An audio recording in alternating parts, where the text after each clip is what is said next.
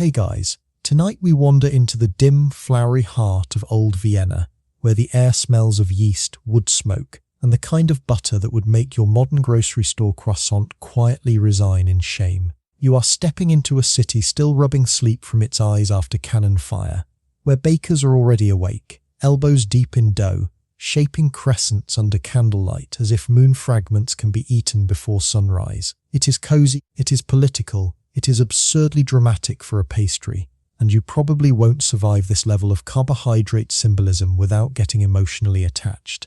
So, before you get comfortable, take a moment to like the video and subscribe, but only if you genuinely enjoy what I do here. And while you're settling in, drop your location and local time in the comments, because nothing says global bedtime fellowship like a room full of insomniacs discussing historical baked goods. Now dim the lights, maybe turn on a fan for that soft background hum, and let's ease into tonight's journey together. You arrive in Vienna at the tail end of the 17th century, and the first thing you notice is that this is not the glossy postcard Vienna of violin concerts and tourists pretending to understand opera. No, this is a city made of damp stone, narrow lanes, horse muck, military gossip, and chimneys coughing into a grey dawn. The Habsburg capital is powerful, proud, and permanently convinced someone nearby is plotting against it, which, to be fair, is not entirely paranoia when your empire spends centuries collecting enemies like decorative spoons. The Ottoman siege of Vienna in 1683 still hangs in the civic memory like a stubborn smell. Even if you are walking these streets years after the armies withdrew, people still tell the story. They tell it in taverns, they tell it in markets, they tell it while buying onions. Human beings love retelling survival, especially when it makes them sound heroic and their enemies look theatrically doomed. In Vienna's version, the city endured, Christendom triumphed, and naturally someone decided the proper emotional response was baked goods. This is where the Kipferl enters the sleepy stage. Now, to be fair, crescent-shaped breads had existed in Central Europe before the siege. Historians agree on that much. Versions of horn-shaped rolls appear in medieval Austrian and German lands long before anyone turned pastry into patriotic performance. So the idea that one specific baker invented the crescent overnight as a direct anti-Ottoman mic drop is, let us say, deliciously suspicious. Historians still argue whether the famous siege legend is authentic memory, later nationalist embroidery, or simply one of those stories people repeat, because it sounds better than the recipe evolved gradually through regional baking habits, which is accurate but has the charisma of damp wallpaper. Still, legends are stronger than footnotes at 4 in the morning, and Vienna loves this legend. You hear it whispered by shopkeepers. Bakers worked through the night and heard Ottoman tunneling beneath the city walls. They raised the alarm. The siege was broken. In celebration, they baked pastries shaped like the Islamic crescent moon, so Viennese citizens could literally devour their enemy at breakfast. It is petty. It is theatrical. It is exactly the kind of symbolic nonsense civilizations adore. You can almost hear someone saying, "Excellent victory, gentlemen. Now let us consume propaganda with jam."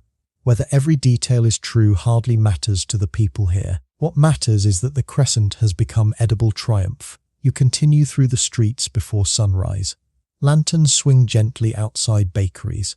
The cobbles are slick. Somewhere a church bell sounds low and sleepy, like it also stayed up too late discussing military strategy.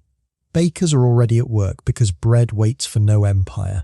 You duck beneath a timber lintel and enter one of the small bakehouses serving the neighborhood. Warmth greets you first, then smell. Not the airy perfume of modern French pastry, that whispery butter cloud that makes everyone in airport cafe suddenly feel sophisticated, but a deeper, earthier scent. Yeast, warm milk, ground nuts, dense flour, honey.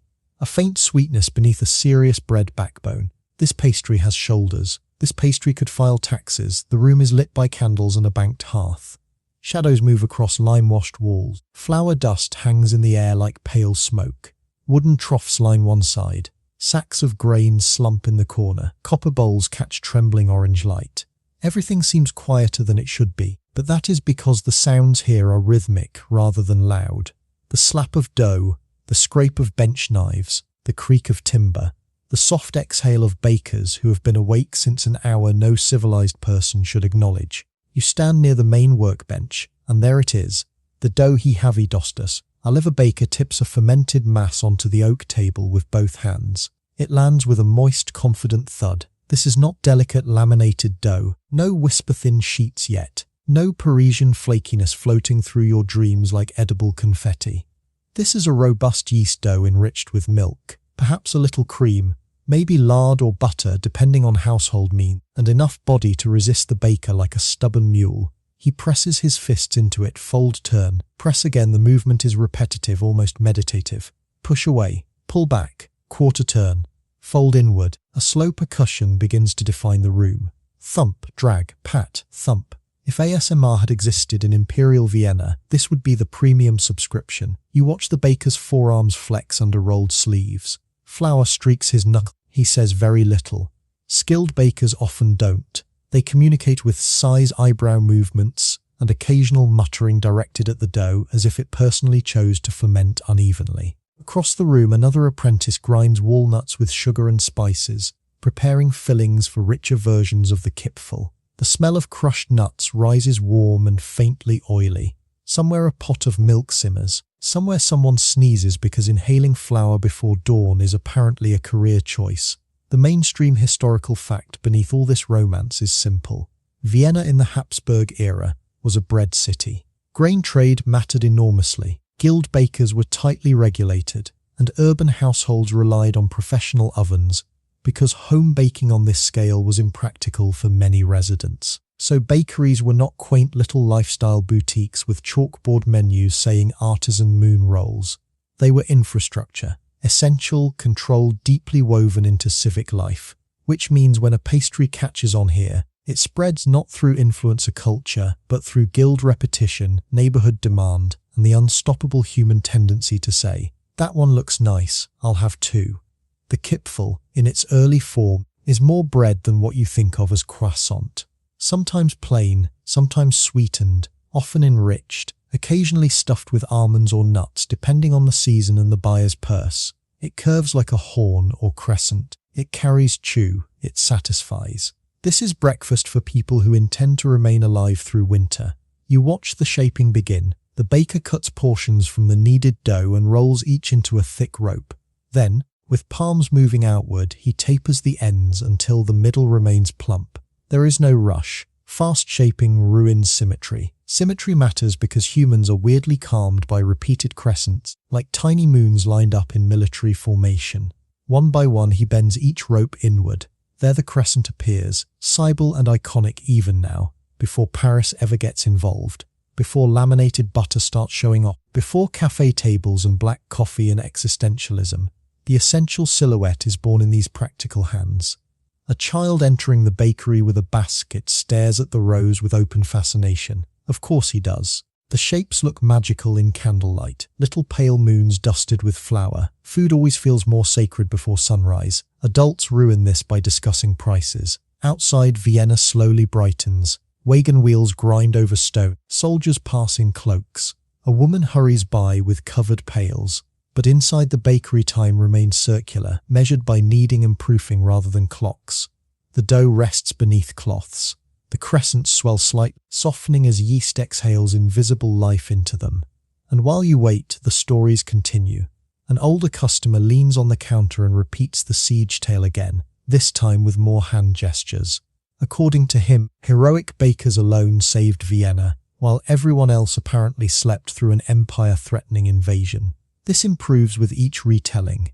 In one version they heard Turkish miners, in another they outsmarted spies, in a third they practically won the battle themselves, while armed only with rolling pins and righteous indignation. By next Tuesday they will probably have ridden into combat on giant pretzels. Quirky tidbit. Some later retellings make Viennese bakers almost mystical defenders of Christendom, elevating them to folk heroes with the dramatic energy of medieval Batman, except powdered with flour and significantly more interested in proving times. It tells you less about 17th century military logistics and more about how much people enjoy assigning cosmic importance to breakfast. Still, as absurd as the legend becomes, it reveals something real. Food is memory made edible. Empires issue proclamations, generals win battles, diplomats sign papers, but ordinary people remember survival through rituals they can repeat with their hands. Knead, shape, bake, eat. Tell the children why the pastry curves like the moon. Repeat until history hardens into tradition. You move closer to the hearth where the first trays are loaded. These are not the broad metal sheet pans of modern bakeries. These are wooden peels and blackened oven mouths breathing stored heat from hours of firing. The baker slides the crescents inward. For a moment they vanish into orange gloom. Then the door closes, waiting begins again. Ancient baking is mostly waiting interrupted by panic. You have kneaded, shaped, proofed and prayed. And now you stand there pretending confidence while trusting chemistry you cannot see. Will the dough rise properly? Will the crust brown evenly? Will the apprentice forget a tray and create charcoal archaeology? Every baker in every century lives with this suspense. As the Kipferl bake, the room fills with a richer aroma. Milk sugars darken, yeast mellows, nuts toast faintly where filling peeks through seams. You breathe it in and understand immediately why morning queues form. This smell is persuasive on a spiritual level. It enters through the nose and tells the body, with no room for democratic discussion, that life may yet be worth participating in. A woman buying bread asks for a few crescents for the children, which means also for herself, obviously, because parents have been performing that noble fiction since the invention of sugar.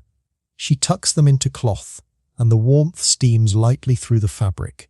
The Kipferl here is not luxury only. There are richer versions in aristocratic households. Yes, where almonds and imported spices join the party like overdressed cousins. But the shape itself circulate across classes. That matters. A symbol becomes powerful when it leaves elite tables and enters ordinary routines. Once workers, clerks, soldiers and widows all recognize the crescent in the bakery window, it ceases to be a novelty and becomes a civic comfort. You imagine Vienna waking day after day to this same sight, roars of pale crescents, dusting flour hands kneading, stories muttered over counters. The city begins to associate the pastry with continuity itself. No matter what the court is plotting, what border is unstable, what tax is rising, what duke has married whom for diplomatic reasons nobody asked for, the baker still makes Kipferl before dawn. This is the quiet stability of skilled labour. Civilization looks dramatic in portraits, but it survives because somebody remembered to proof dough. A young apprentice, perhaps 14, brushes excess flour from shaped crescents with a goose feather. His concentration is severe. The way teenagers become serious when entrusted with tasks adults insist are crucial. One wrong swipe and the master barks. Not cruelly, just professionally. Bakery instruction has always contained the loving warmth of do it correctly, or I will stare at you until your soul leaves your body. You watch his hands learn the curve. He is memorizing not just a recipe but a form. That form will outlive him. This is how culinary migration begins, not with grand declarations but with repeated muscle memory stored in anonymous wrists. A baker teaches an apprentice becomes a journeyman.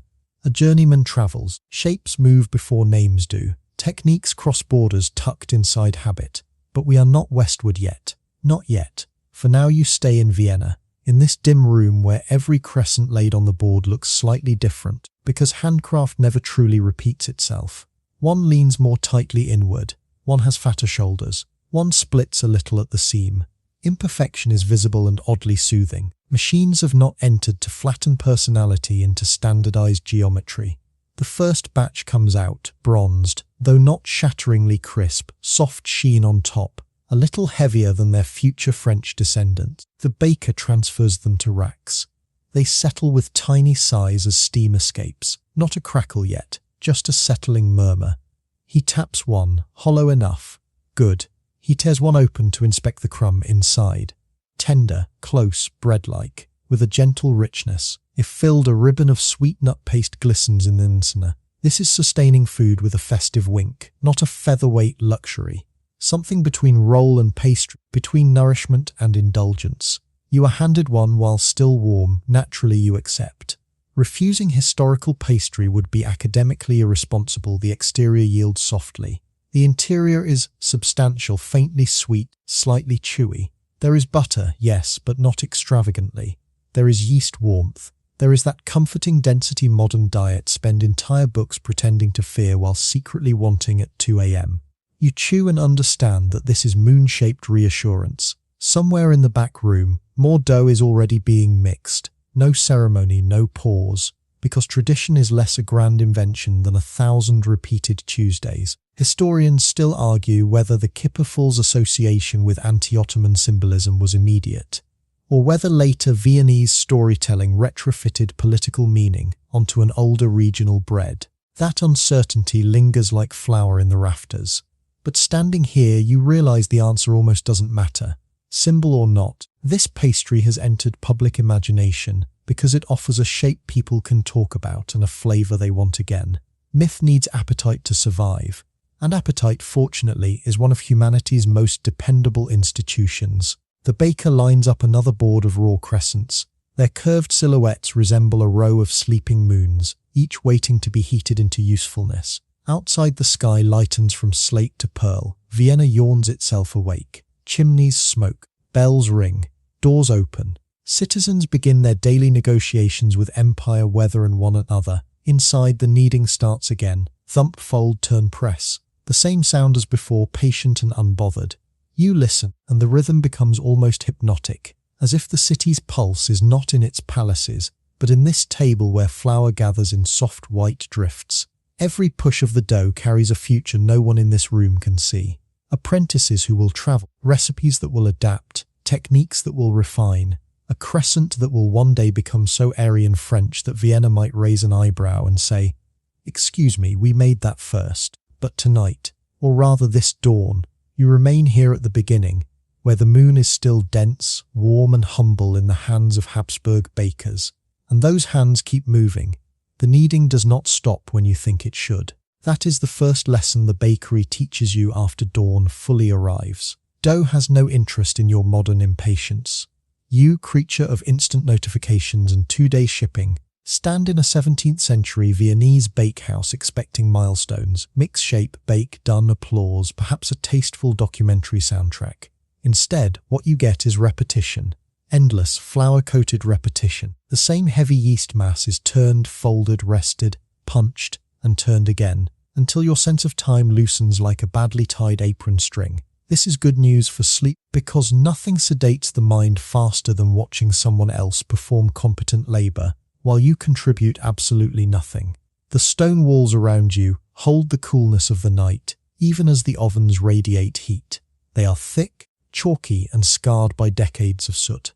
Every scrape, stain, and smoke bloom tells you that this room has hosted thousands upon thousands of mornings exactly like this one. Before empresses change fashion, before generals change maps, before scholars write pompous essays explaining civilization, a baker somewhere is muttering at wet dough. You shift closer to the main bench where the master baker begins another batch, this time slower, allowing you to really hear the physical conversation between hands and ingredients. Flour falls first, not in a dramatic chef show sprinkle, no elegant wrist flourish, just a blunt, practical toss from a wooden scoop, sending a pale veil across the oak surface. It lands in soft puffs, clinging to scratches and grooves worn by years of kneading. Then comes the dough, tipped from its trough with both arms and a grunt that says, without words, "This thing weighs as much as imperial bureaucracy." The thud echoes, a low wet smack against wood, then palms press forward. You hear the drag of tacky dough resisting. He folds the front edge inward. Knuckles sink, wrists lean, body weight transfers. Agon, agon, agon. There is something almost monastic in the movement, except monks generally receive better branding. Bakers in this era work under guild discipline that is every bit as rigid as religious routine. Vienna's baking guilds regulate ingredients, pricing, loaf sizes, and who gets to call himself master. This is not a casual side hustle. This is a profession guarded with territorial devotion. You can practically feel centuries of men saying, "No, Hans, you may not open a bakery without proper apprenticeship," because then everyone starts putting raisins in things and society collapses. Mainstream historical fact. Guild systems in Habsburg cities controlled bread production tightly, partly to ensure supply, and partly to prevent fraud, because few things produce urban unrest faster than expensive bread that also tastes disappointing. So this room is not merely a workshop. It is a licensed heartbeat in Vienna's food economy, and that heartbeat sounds like kneading: thump, fold, turn. The apprentice mirrors the master on a smaller mound beside him. His technique is less fluid, more determined. He attacks the dough with the enthusiasm of youth and the grace of a falling wardrobe. The master clicks his tongue, slows him down, demonstrates the longer press, the firmer fold, the patient use of forearm rather than frantic fingers. This is tactile education, no exact timer, no internet comments beneath a video saying, "I tried this and substituted gravel for flour. Why didn't it work?" Only body memory. You begin to notice that each knead makes a faint squeak as moisture and flour meet the polished grain of the table. A soft rasp follows each pullback. The baker occasionally dusts more flour, and each dusting releases that cool, dry scent, grainy, faintly sweet, clean in a primitive way. It settles on sleeves, beard, stubble, eyebrows, and the bridge of your nose until everyone in the room looks as if they have aged into powdered ghosts. In the corner, a basket of walnuts waits to be crushed for sweet fillings. Beside it sits a crock of honey. There is cinnamon too, precious but not unknown, because Vienna sits within trade currents, broad enough to pull spices inland. Not every Kipferl will receive these luxuries. Some remain plain, but wealthier customers expect embellishment. Humanity's oldest culinary rule: if something is already pleasant, someone richer will insist on adding nuts. You watch the dough begin to change under labour. At first it is rough, shaggy, a little sullen. Then, after repeated pressure, it smooths. Surface tension gathers, it becomes elastic, springing faintly under the heel of the hand. The baker tests it by poking one finger into the mass. It slowly pushes back. A nod. Good, that tiny gesture tells you something critical. These people may not describe gluten networks in modern scientific language, but they understand them physically. They know how dough should feel when fermentation has awakened and structure has formed. Knowledge lives in fingertips long before textbooks give it Latin names. Historians still argue whether early Viennese Kipferl doughs were consistently enriched with butter and milk across all classes, or whether many neighbourhood versions remain much leaner, closer to simple bread. Recipes from aristocratic households suggest richness, but household manuscripts lie in the charming way rich people always do. They record aspiration as if everyone owned 12 copper pans and a maid named Gertrude. The bakery before you likely works somewhere in the middle. Enough enrichment to distinguish pastry from loaf, enough thrift to keep costs realistic. A customer enters carrying a clay jug and leaves with coarse rye bread under one arm and 2 Kipferl tucked in cloth. That ratio tells you everything. Bread is necessity. Kipferl is a reward folded into routine. Not lavish enough to be inaccessible, not ordinary enough to be invisible. The ideal emotional category of food. The master now divides the rested dough with a bench knife. Scrape, chop, scrape. Each piece is weighed by instinct in his palm, tossed lightly, adjusted by pinching off excess. You realize scales are secondary when a baker has portioned thousands of rolls. Human hands become analog instruments calibrated by repetition. He rolls each piece under flattened palms. Back and forth. Back and forth the dough lengthens into tapered cylinders. This is where the room becomes hypnotic. Durals form. 10 ropes, 20, 30. Each one aligned on the floured bench like pale sleeping snakes, with much better public relations. The apprentice bends them gently into crescents. He overcurves one. The master straightens it with a sigh that could curdle milk. You hear laughter from a woman at the side counter who says these crescents resemble the moon after too much wine. The apprentice blushes. The master does not smile, which of course means he is trying not to. Baker humour is usually delivered through facial expressions suggesting they have never experienced joy. Another quirky tidbit drifts in from local folklore. Some Viennese households once treated specially baked crescent rolls as tokens of luck at feast days, linking the moon shape not only to siege memory but to older agrarian symbolism about cycles, fertility and renewal. Whether every family consciously believed this is unclear, but Europe has always enjoyed giving bread mystical side quests. So now the crescent means several things at once. Military boast, religious undertone, lunar charm, pleasant breakfast. Humans are masters of symbolic multitasking when butter is involved. The shaped Kipferl rest under linen cloths. This is the quiet phase, and quiet in a bakery has texture. You hear tiny bubbles shifting in dough if you lean close enough, little fermented sighs. You hear the oven settling with faint ticks in the brick. You hear the street outside growing louder as market carts arrive. Horses snort. Vendors call. Somewhere a dog barks at nothing, fulfilling its timeless civic role. Inside, flour continues to drift downward from the baker's sleeves each time they move. It coats the oak bench in fresh softness. The work table itself deserves admiration. Thick planks, scarred edges, polished center, corners darkened by years of dough moisture and scraped cleanings. Every groove catches white dust. Every groove tells you where hands habitually press. This bench is less furniture than geological record. You place your fingertips on it, cool at the edge, warm near the dough, slightly gritty. A whole civilization of crumbs embedded in the grain. Romantic? Yes, sanitary? Let us choose sleep over microbiology. The master uncovers the proofed crescents and checks them. They have puffed gently, becoming fuller, more buoyant, but still substantial. Not the future croissant's fragile promise. These are sturdy moons preparing for duty. He brushes some with egg wash for customers who can afford visual shine. Others remain matte. Class distinction, but make it breakfast. As trays slide into the oven, you step nearer the fire mouth. The heat hits your face with immediate authority. Brick radiates stored energy accumulated from split logs burned earlier in the night. These ovens are marvels of thermal common sense. Heat first, rake coals, load bread, seal chamber, trust masonry. It is simple, ancient, and slightly terrifying. The baker uses a long peel to nudge trays deeper. His motions are economical, practiced to avoid singeing eyebrows off before pension age. The door closes. Now the room enters that strange suspended interval where labor pauses but attention sharpens. Nobody relaxes. Not truly, because baking is chemistry concealed behind brick. The apprentice wipes the bench. The woman at the counter counts coins. The master folds his arms and listens. Yes, listens. Experienced bakers claim they can hear how a batch is taking heat by the subtle shifts inside the oven. The faint hiss of moisture, the changing crackle of crust. Whether this is practical truth or occupational mysticism is debatable. Historians still argue whether such claims reflect genuine sensory expertise or guild mythology, meant to make bakers sound like pastry sorcerers.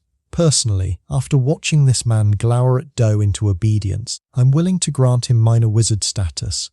Minutes pass, the smell changes. First raw yeast warmth, then sweet dairy, then deeper toasted grain, then the first whisper of browning sugar. Your stomach notices before your intellect does. Another customer arrives, a minor clerk by the look of him, coat brushed but cuffs worn. He buys one plain Kipferl and one filled. There is something touching about that choice. One for hunger, one for morale. Bureaucracy has always required both. While waiting, he repeats another version of the siege legend, this time insisting bakers heard Ottoman tunneling because they worked before dawn while everyone else slept.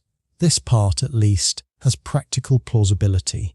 Bakers are among the few urban workers active in the deepest night. If anyone noticed unusual underground noises, it might indeed have been them. Whether they single-handedly saved Vienna, or simply heard something suspicious, before continuing to knead because deadlines are deadlines, that remains murky. The clerk bites into his still warm crescent and nods with solemn satisfaction usually reserved for state documents.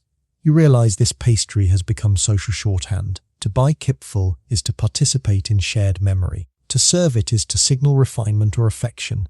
To shape it is to repeat civic ritual.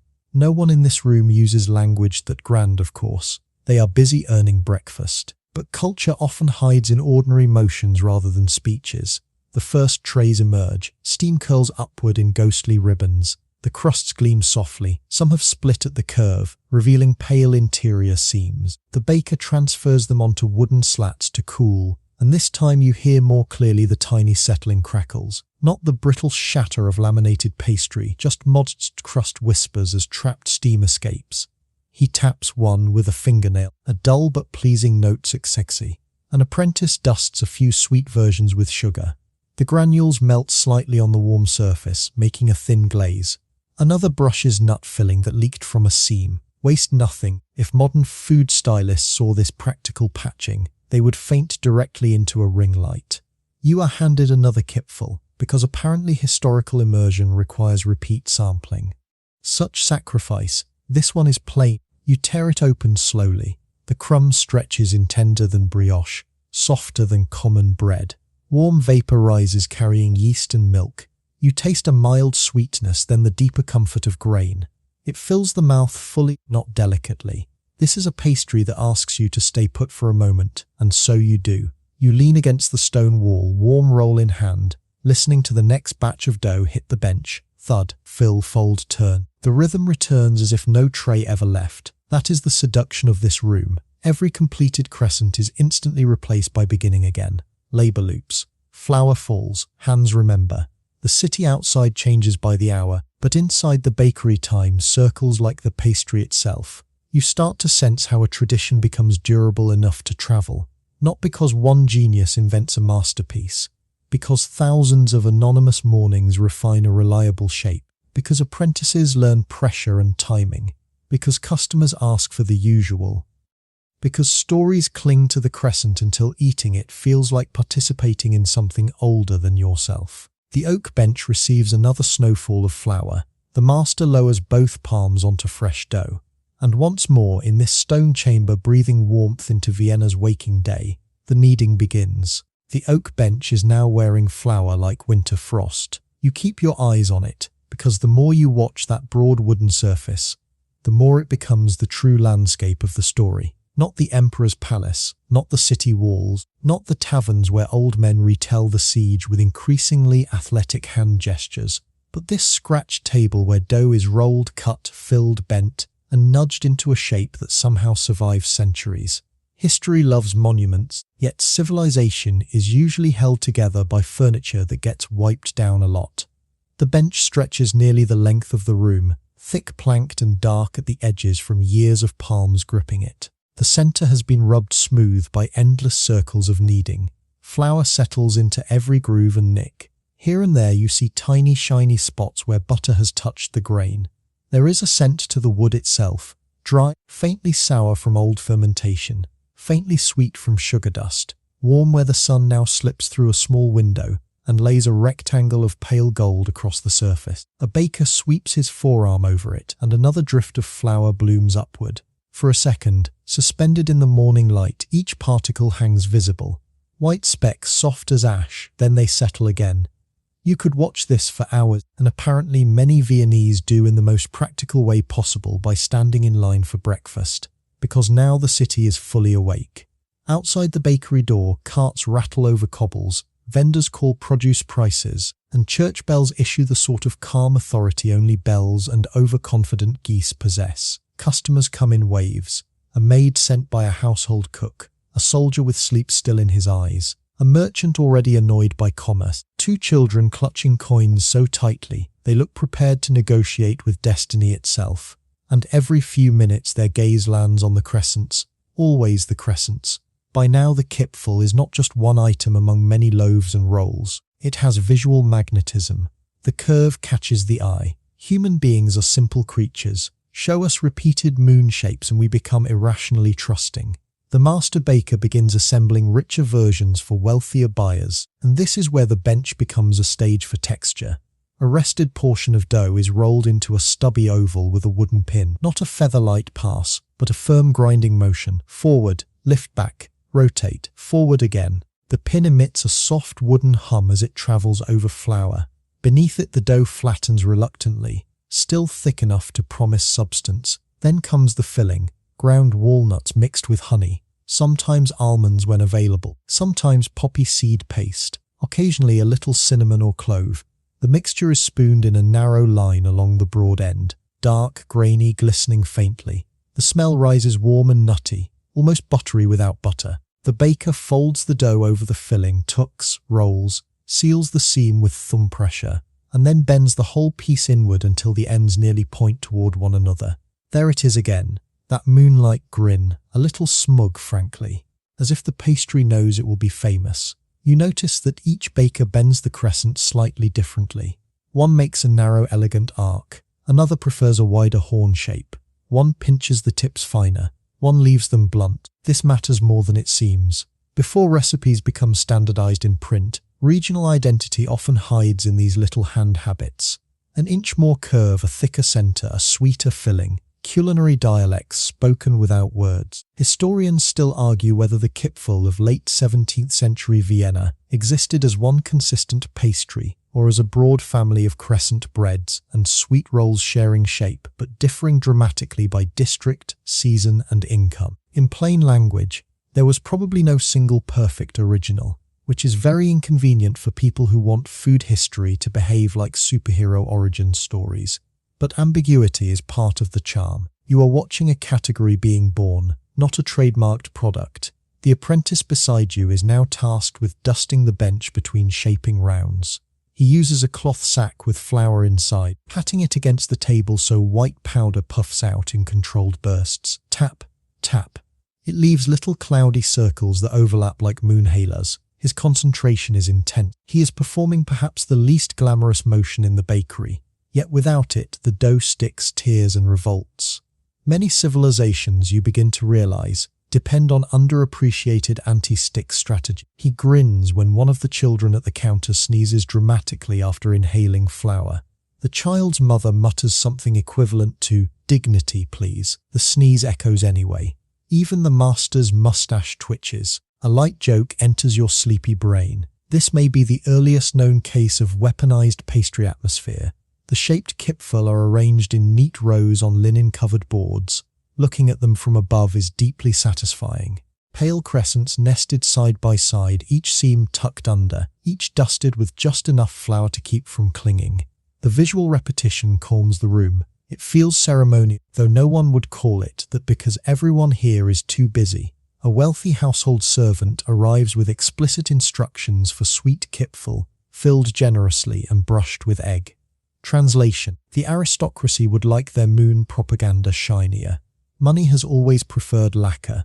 This brings us to another mainstream historical fact. The Habsburg capital in this period is socially stratified, but gastronomically porous. Court fashions influence city bakers, while practical urban recipes drift upward into noble kitchens, where they are enriched, documented, and renamed with suspicious self-importance. So the Kipferl lives simultaneously in humble shops and in refined domestic service. That dual life helps preserve it. Foods confined to peasants can disappear under elite disdain. Foods confined to nobles vanish when tastes change. But foods eaten by everyone, those become stubborn. The baker rolls another oval, adds nut paste, folds, seals. Agon, the repetitive choreography, has become so steady that your breathing unconsciously matches it. Inhale as the pin rolls forward. Exhale as the crescent bends. Exhale at the tray loading. There is a reason handcraft can lull the mind. It offers predictable sensory rhythm in a world otherwise determined to produce taxes and invasions. On a side shelf sits a bowl of rendered butter, not yet lavishly layered into dough as the French will later do, but brushed selectively for tenderness and gloss. The baker's fingers dip, swipe, move on. Butter leaves translucent fingerprints on the dough skin, little flashes of richness embedded in practical restraint. A woman buying breakfast remarks that these sweet crescents smell like feast day. That phrase catches you, feast day. Not because today is one, but because certain aromas train memory. Honey and nuts mean celebration. Warm enriched dough means reward. The Kipferl carries ordinary weekday utility while borrowing emotional notes from holiday tables. Quirky tidbit: in some Austrian regions, crescent breads and rolls became linked with winter festivals and saint days, their curved forms interpreted through folk beliefs as moons, horns, or lucky talismans. Europe never met a carbohydrate it couldn't burden with supernatural significance.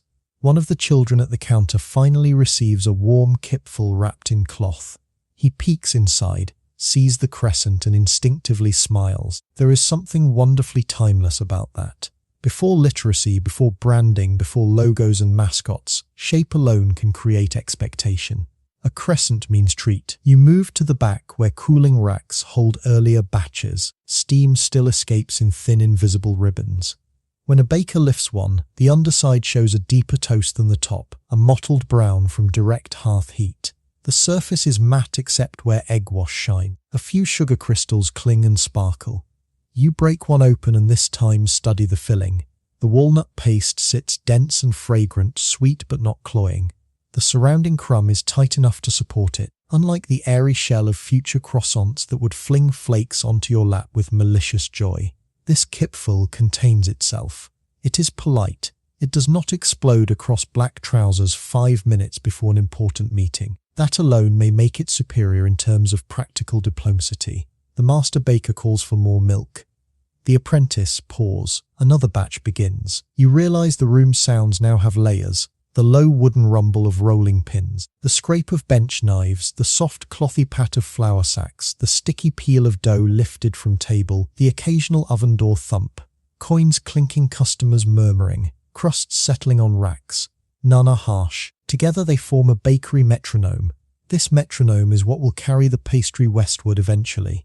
Not just the recipe, but the sensory logic behind it. A pastry shaped by repeated rolling, filling, curving, proofing. A pastry already associated with refinement enough to intrigue foreigners. A pastry tactile enough to invite adaptation. But we are still here, still inside Vienna, still with flour in the air and honey under fingernail. A travelling journeyman baker enters briefly, identifiable by his satchel and the confident nosiness with which he inspects another man's bench. Bakers are culinary detectives. He buys food, chats in low tones, asks about dough enrichment, nods at the shaping style, files everything away mentally. This is how techniques migrate in the pre-industrial world, not through glossy cookbooks but through gossip, apprenticeship circuits, military postings, marriage kitchens, and professional snooping disguised as casual conversation. Remember him, not specifically him perhaps, but his type. Because anonymous observers are the arteries of food history. Historians still argue whether Viennese crescent pastries spread primarily through printed recipes in the 18th century or through mubble baking labour long before documentation catches up. My money is on labour. Recipes on paper are nice, but nothing beats a hungry baker staring at someone else's successful product and thinking, I am stealing that shape respectfully. The journeyman leaves, the master barely notices. More customers file in the rows of Kipferl, thin, then are replenished. Morning becomes late morning. Sunlight inches farther across the oak bench, illuminating flour handprints like little pale fossils. One print is complete enough that you can see each finger. Some apprentice decades ago probably left the same accidental mark and wiped it away without knowing future romantics would care. You care, because this is where westward motion is being prepared without anyone saying so aloud. Each crescent laid on linen is a portable idea. Each child who asks for one teaches demand. Each traveller who tastes one carries memory. Each baker who shapes one teaches another pair of hands. The tradition is no longer just local improvisation. It is becoming stable enough to survive transfer. You hear the master instruct the apprentice to make the tips thinner, more graceful. That word lingers too, graceful. Even in this dense early form, aesthetics matter. The pastry must look refined as well as taste-filling. Visual elegance begins nudging rustic bread towards something more stylized. This is subtle but important. The road to the croissant does not begin with French butter sheets. It begins here, when practical Viennese bakers decide the moon should also be pretty. The apprentice obeys roll, tapa, curve. A narrower crescent appears, the master nods. There. Improvement-centric culinary evolution often look exactly like that. One old professional grunting approval at a slightly prettier breakfast item. You lean once more against the flour-cold bench, breathing in walnuts, milk, yeast, and wood smoke. The city beyond the door continues its noisy business, but here the motions remain steady, patient, nearly trance-like, dusting, rolling, filling, bending, lining the crescents in pale ranks. The westward journey has not yet started, but the foundation has been laid by these anonymous hands on oak, and the bench, faithful as ever, receives another snowfall of flour. By now the crescent has become impossible to ignore, not because anyone in Vienna is standing in the street, waving Kipferl overhead like edible victory flags, though given humanity's track record, someone has almost certainly considered it, but because the shape keeps appearing in the small domestic theatre of morning, in baskets, on cloth-covered counters, in children's hands, beside mugs of hot milk, tucked into aprons for husbands heading to market, set discreetly on porcelain in richer homes, where servants pretend not to notice how quickly they disappear. A symbol repeated often enough stops feeling symbolic and starts feeling inevitable. That is the strange magic happening around you now. You began this night in a bakery where the Kipferl looked like a specialty item carrying whispered military legend. But after hours of watching trays come and go, hearing customers request them by habit, and seeing flour-dusted apprentices bend rope after rope into the same lunar arc, you understand that Vienna is domesticating its triumph. What may have begun as a pointed cultural gesture, if indeed it began that way at all, is settling into the softer category of comfort. And comfort is far more durable than propaganda. You step out of the bakery for the first time in a while, warm crescent in hand, and the city meets you in full daylight. Narrow streets are busier now, window shutters stand open, laundry hangs above alleyways like surrender flags to soap, merchants haggle, a wagon driver complains at a horse with the emotional range of a disappointed uncle. Somewhere someone is tuning a violin badly enough to qualify as municipal revenge. Yet even here, beyond the oven's immediate warmth, the Kipferl follows. At a market stall, a woman tears one in half and gives a piece to her daughter. A messenger eats while walking, leaving a faint line of crumbs. Two soldiers share a plain version with muttered jokes. Outside a notary's office, a clerk balances papers in one hand and pastry in the other, proving once again that bureaucracy runs on carbohydrates and resigned sighing. The crescent is entering circulation not as ceremony but as routine. That transition matters. Food historians often point out that the most successful traditional dishes are not merely delicious or meaningful. They are repeatable within ordinary life.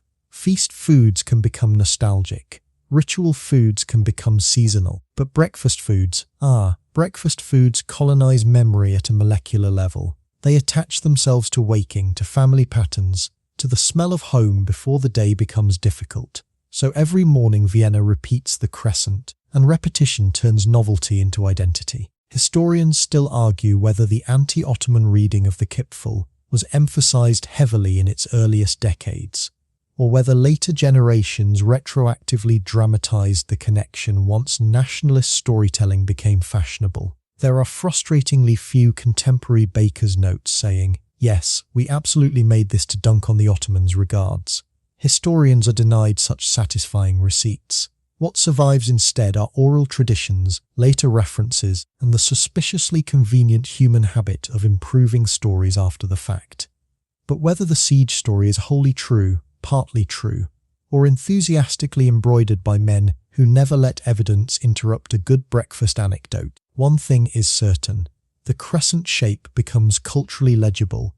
People note what it suggests: victory, difference, Christian Europe surviving the East, moon turned into meal. And then, almost immediately, moon turned into something your aunt serves with coffee. That softening is fascinating. Political symbols are usually loud.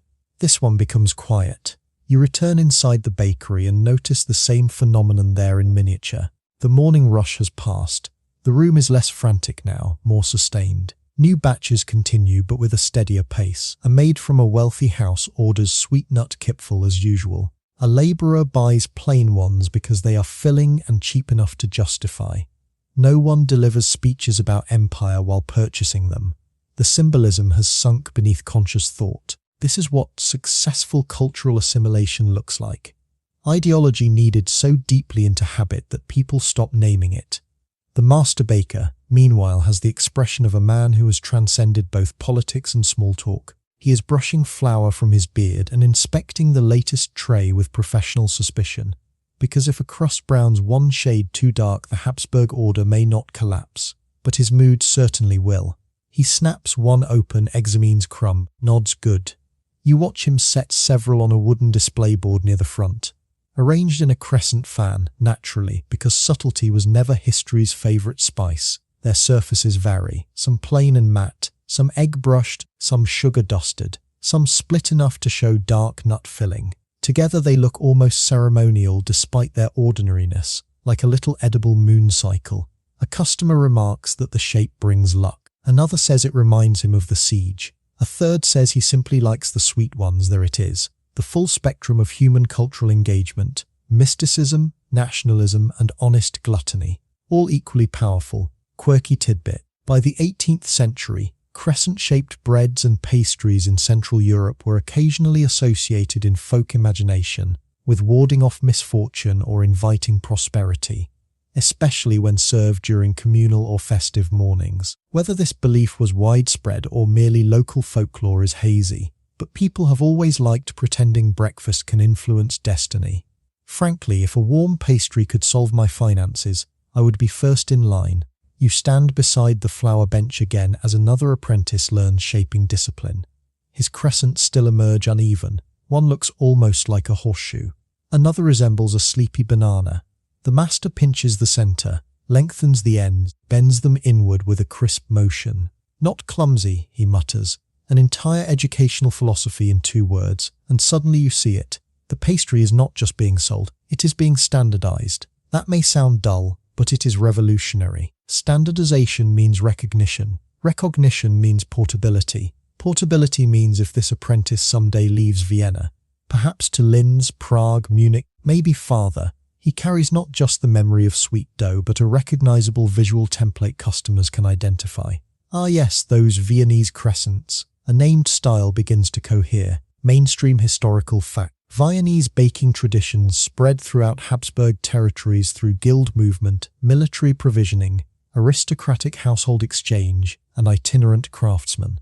The empire itself acts like a giant conveyor belt of habits, recipes, and culinary vanity, where officials travel, cooks travel, where soldiers station, bakers adapt. Vienna exports not just decrees but tastes.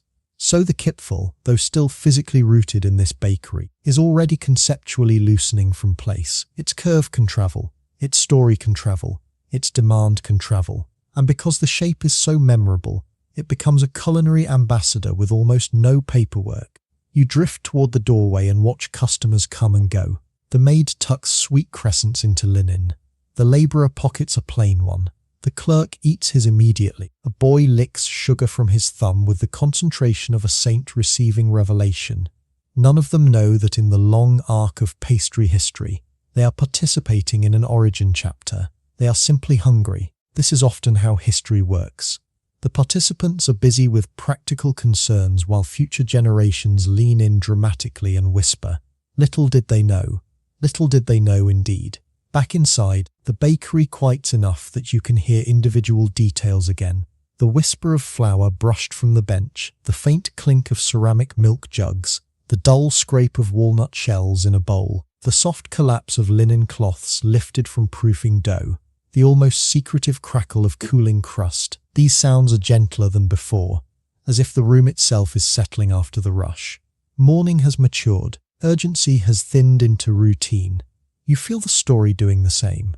What began with siege legend and moon symbolism now resolves into craftsmanship and repetition. The political crescent has become a baker's crescent. Soon enough, it will become a traveller's crescent. Historians still argue whether one can draw a direct, uninterrupted line from these 17th century Viennese Kipferl to the later French Croissant, or whether the connection is more braided, involving multiple crescent breads, evolving dough technologies, and 19th century reinvention. That scholarly caution is fair. Food history is rarely a neat parent-child relationship. It is more like a family reunion where everyone claims responsibility and at least one aunt is definitely exaggerating. Yet standing here, the continuity feels tangible. Not identical recipe, not identical texture, but identical intention. A crescent-shaped enriched dough made beautiful enough to desire, ordinary enough to repeat, and symbolic enough to remember. That combination is rare. Many foods are tasty and forgotten. Many symbols are memorable and unpleasant. This one manages both memory and appetite. No wonder it survives. The master baker wipes his hands and leans briefly against the oak bench. For the first time all morning he is still. Sunlight catches flour on his sleeves. Behind him, rows of fresh Kipferl rest on linen like quiet moons awaiting collection. He surveys them with neither pride nor sentimentality, just the calm appraisal of a craftsman whose work must begin again tomorrow, and tomorrow and tomorrow. That, more than any dramatic siege anecdote, is what secures the Kipferl's future. Not one heroic night, thousands of ordinary dawns, thousands of repeated curves, thousands of customers teaching bakers that this shape belongs. The room smells now of fading yeast warmth, toasted nuts, and wood embers settling into red hush. The frantic labour of first light has passed. The bakery has entered that peaceful middle hour when enough has been made to satisfy the city. Yet enough dough remains for the cycle to continue. You take one last warm crescent from the board. Its crust is soft golden, its centre dense and comforting, its nut filling faintly sweet. You bite slowly. Vienna sits around you in stone and smoke, in guild discipline and household hunger, in military memory softened by breakfast. The crescent has completed its first transformation here. From pointed emblem to beloved staple, it is ready now, not yet physically but historically, to leave home, because once a food becomes ordinary in one city, someone elsewhere inevitably decides to borrow it, improve it, misunderstand it, market it, and claim partial ownership with tremendous confidence. Humanity excels at this. And somewhere beyond Vienna's borders, France is waiting with butter and opinions. You leave Vienna in a way that is almost too quiet to notice, which is exactly how the most important migrations tend to behave. No banners, no dramatic farewell, no single baker standing at the city gate waving a wooden peel like a ceremonial sword. Instead, what moves westward is something far more ordinary and therefore far more powerful. Technique. Hands remembering how dough should feel, fingers remembering how far a crescent should bend. Apprentices remembering that flour is not decoration but control. Bakers remembering that patience is not optional. And so the Kipferl begins its slow departure, not as a finished icon yet, not as the refined Parisian croissant that will later learn to shimmer and shatter like edible glass, but as something heavier, quieter, more practical, an idea still wrapped in bread logic. You can almost imagine it the way it travels, not in a single loaf-shaped journey, but in fragments. A baker trained in Vienna moving to another city. A recipe copied imperfectly into a notebook. A household cook adapting a technique after seeing it once in a noble kitchen. A merchant tasting something on a journey and thinking, this would sell well at home. Food does not cross borders like soldiers. It crosses like memory, soft, repeated, half forgotten until someone needs it again. By the early 19th century, Europe is already full of these quiet culinary exchanges. Empires are shifting, trade routes are tightening, cities are expanding, and in the middle of all this movement, bread remains stubbornly constant. People may argue about borders, language, politics, religion, but they still wake up hungry. And hunger is not ideological, it is practical. So when something new appears, something shaped slightly differently, enriched slightly differently, baked slightly differently, it does not need permission, it only needs appetite. You imagine the Kipferl at this stage as a traveller who has not yet realised it is travelling, still firmly Viennese, still carrying the weight of guild tradition, imperial routine and bakery discipline, still shaped by oak benches and flour-dusted mornings, where the rhythm of kneading defines the day more than clocks ever could. But the world around it is widening, and widening worlds always pull food along with them. Somewhere in this widening Europe, a man is preparing to make that movement visible. His name is August Zang. August Zang is not a mythic figure at this moment. He is not yet a legend in culinary history textbooks. He is at this point something more grounded and arguably more interesting. A trained Austrian officer who understands discipline, structure, and the peculiar satisfaction of systems that actually work. And somewhere along the line between military service, observation, and entrepreneurial instinct, he notices something simple. Viennese baking works, not just in Vienna, but as a system, as a rhythm, as a method that produces consistency in a world where consistency is surprisingly rare. And Paris at this time is a city that thrives on both chaos and refinement simultaneously, which makes it the perfect place for something slightly foreign to land. You follow Zhang as he moves westward, though the journey is not cinematic in the traditional sense.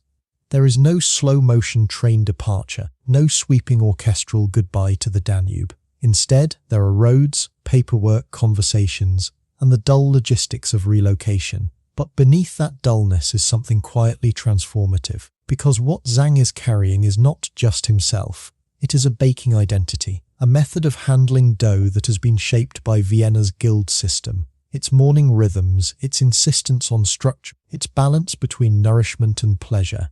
And that identity is about to encounter Paris. Paris in 1839 is not a passive destination. It is a living organism of appetite and opinion. The streets are dense with motion. Carriages rattle over uneven stone. Vendors call out layered rhythms of trade. Cafes spill conversation into the air like steam. Newspapers are everywhere, carried under arms, folded into pockets, read in fragments while walking. This is a city that thinks aloud constantly and publicly, which is important because food in Paris is never just food. It is discussion. It is judgment. It is identity expressed through consumption. So when Zhang arrives and begins to consider opening a bakery, he is not simply entering a market. He is entering a cultural stage.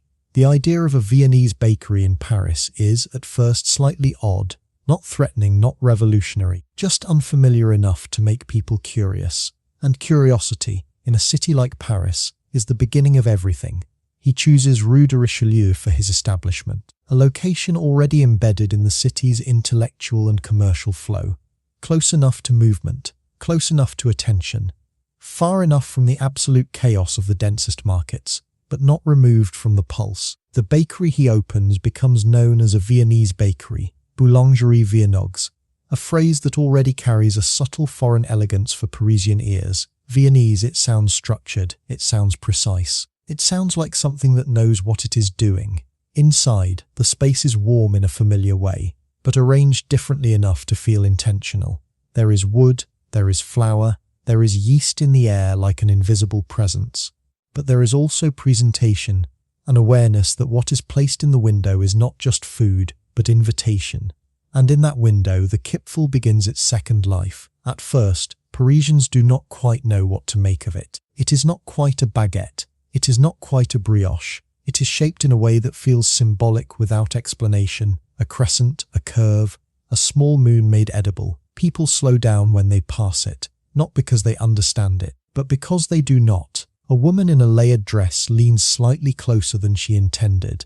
A man pauses mid-conversation long enough to lose his thought entirely. A child points, because children are excellent at noticing unfamiliar shapes before they learn to pretend otherwise. And inside the bakery, Zhang observes this reaction carefully, not as a poet, not as a romantic, but as someone who understands that attention is the first currency of any new product. Mainstream historical fact. Viennese-style bakeries introduced in Paris in the 1830s and 1840s contributed significantly to the diversification of French baked goods, blending Austrian techniques with French taste expectations and helping shape what would eventually evolve into modern viennoiserie traditions. But that transformation is still ahead. Right now, what exists is something simpler, a foreign pastry in a very confident city. You watch the early interactions like a slow unfolding experiment. A customer enters cautiously, as though the bakery might require special knowledge to navigate. They point at the crescent-shaped bread. They ask questions that are partly practical and partly performative. What is it called? How is it made? Is it sweet? The answers are simple, but the implications are not. Because once someone bites into it, something shifts. The texture is not quite what they expect from Parisian bread. It is softer, slightly richer, more tender in a way that suggests different handling of dough, different fermentation patience, different assumptions about what bread should feel like in the mouth. Not better, not worse, just different enough to be memorable.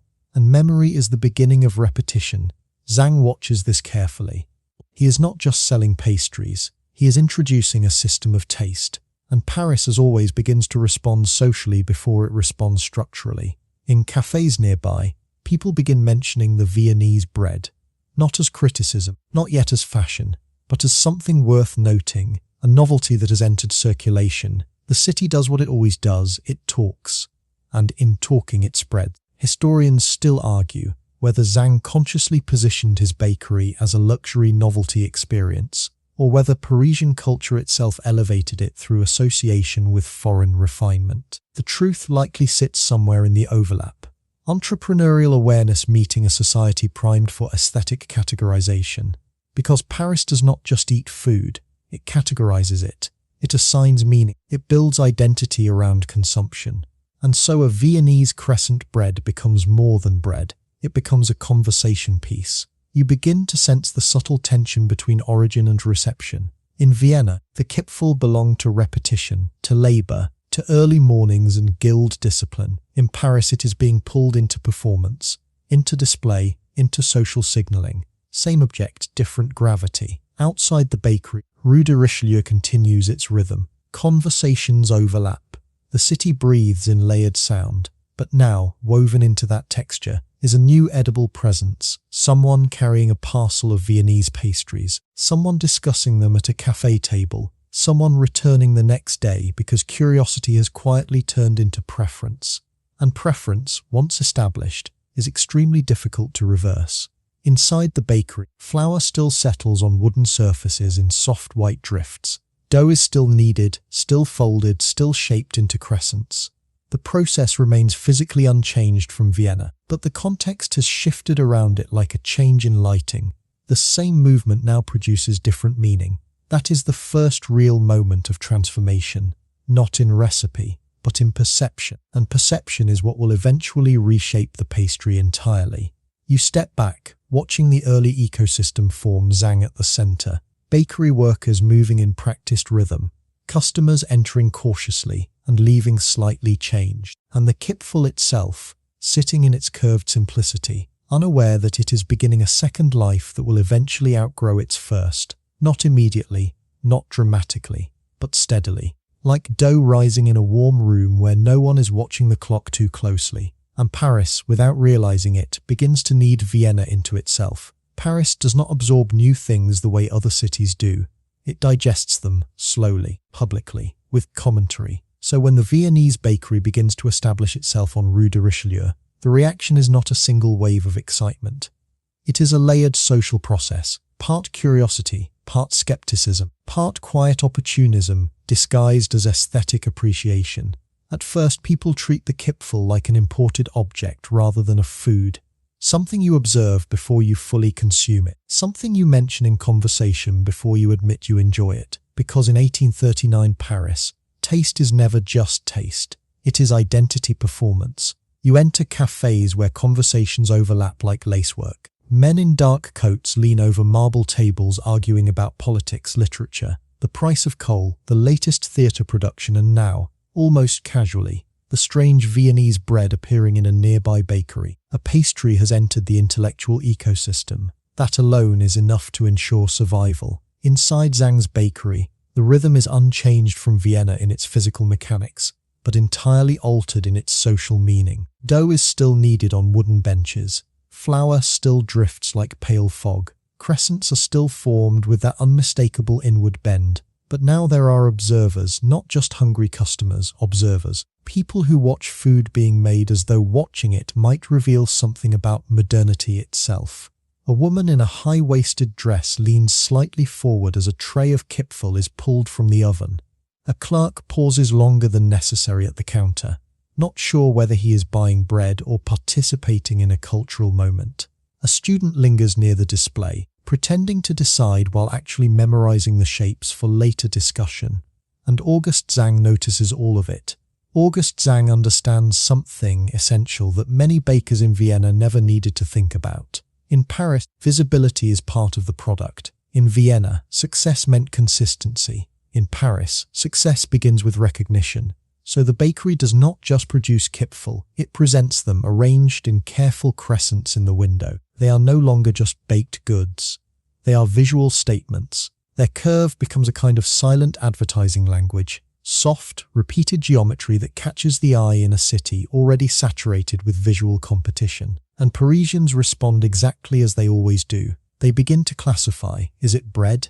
Is it pastry? Is it breakfast? Is it luxury? Is it foreign? Is it worth returning for? Each question adds weight to the object.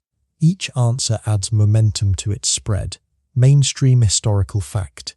Viennese-style bakeries introduced into Paris in the 19th century played a foundational role in what would later become the category of Vienna, a distinct class of enriched baked goods positioned between bread and pastry in French culinary taxonomy. But that category does not yet exist in people's minds. Right now there is only curiosity, and curiosity in Paris behaves like yeast in warm dough. It expands. The first real shift happens not in the bakery itself, but in the cafes nearby, because cafes in Paris are not passive spaces. They are social engines. They amplify trends, debate them, ridicule them, adopt them, and finally normalize them. A man enters a cafe holding a Viennese crescent. He is immediately asked about it. He explains it poorly but enthusiastically. Another man tastes it. A third orders one the next day. Within a week, it is part of conversation, not yet part of routine, but part of awareness. And awareness is the first stage of adoption. Inside the bakery, the Kipferl begins to feel subtly different under Parisian conditions, not in recipe but in expectation. Customers request them more frequently.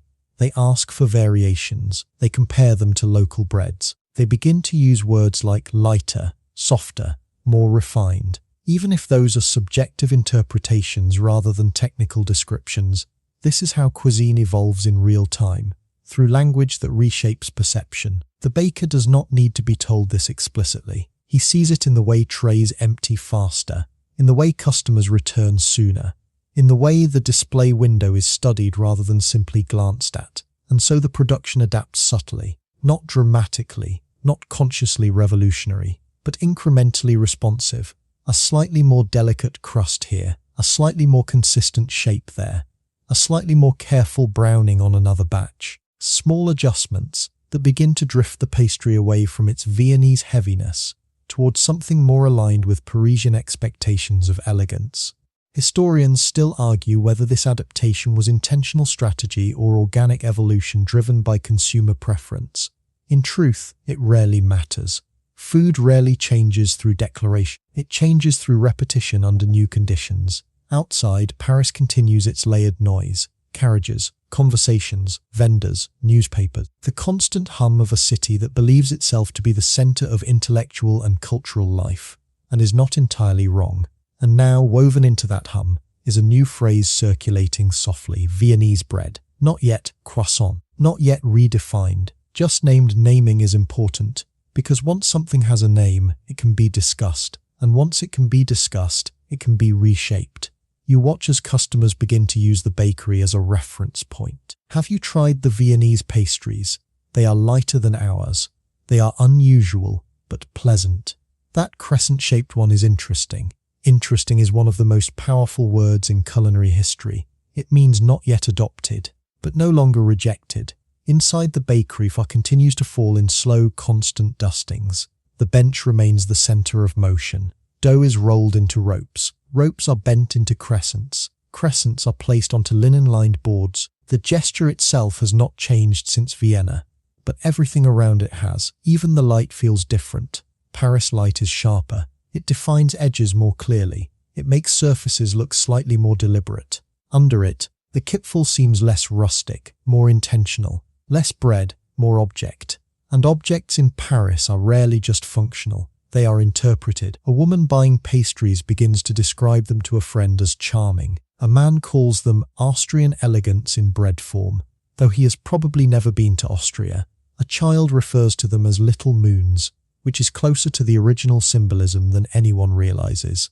And slowly, the pastry begins to detach from its origin story. Not fully, not yet, but enough that it can be recontextualized. Quirky tidbit: in 19th century European cities, foreign foods often gained popularity not purely through taste, but through association with sophistication or cosmopolitan identity. To eat something from Vienna or from Italy was to participate in a broader imagined geography of refinement, even when actual knowledge of those places was limited or stereotyped. Paris is particularly skilled at this kind of cultural translation. It does not simply adopt, it reframes. Zhang understands this instinctively now. He watches how customers respond not just to flavor but to presentation. He notices how the bakery becomes a small stage where foreignness itself is part of the appeal. So the Kipferl is not merely sold, it is introduced gently, repeatedly, through glass, through aroma, through conversation. And as days turn into weeks, something begins to stabilize. The Viennese crescent is no longer an oddity. It is a choice, a recognizable option among Parisian baked goods. Still foreign, but no longer unfamiliar, and that distinction is everything. One afternoon you observe a small but important scene. A customer enters without hesitation, walks directly to the display, and orders Viennese pastries without asking questions.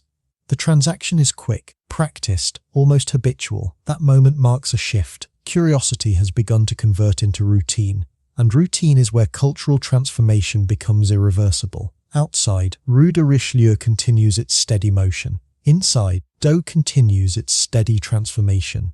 Between them, something new is forming, not yet French, not purely Viennese, but something hybrid, shaped by expectation, repetition, and taste. And as the Kipferl continues to curve in the heat of Parisian ovens, it is already beginning to forget that it once belonged only to Vienna. By now, the Viennese bakery in Paris is no longer just a curiosity. It is a reference point, a place people mention when discussing new things worth trying, which is always the earliest stage of cultural permanence. Nothing becomes established overnight in Paris. Not fashion, not literature, not even bread. Everything must pass through conversation first, as if spoken approval is a kind of social fermentation. Inside the shop on Rue de Richelieu, the atmosphere has subtly shifted, not louder, not busier, but more certain. Customers no longer hesitate at the display window in the same way. They already know what they are looking for. The Kipferl has started to earn recognition by shape alone. That crescent curve now functions like a visual signature, simple, repeatable, slightly foreign, and increasingly associated with a specific kind of morning satisfaction. And Zhang notices something important. People are beginning to return, not just to try, but to repeat. Auguste Zhang understands that repetition is more valuable than novelty. Novelty attracts attention. Repetition builds habit, and habit is what turns a foreign pastry into a local expectation. He watches customers who once bought one Kipferl now buying 2 or 3. He sees patrons who initially described them as interesting, now asking for them without adjectives at all. The language is quietly simplifying, which is always a sign that something is becoming normal. Inside the bakery, production adjusts again, not dramatically, but with the sensitivity of a system responding to demand. Dough batches become slightly more consistent. Shaping becomes slightly more uniform. Oven timing becomes slightly more precise. Not because someone issued a decree, but because repetition demands reliability.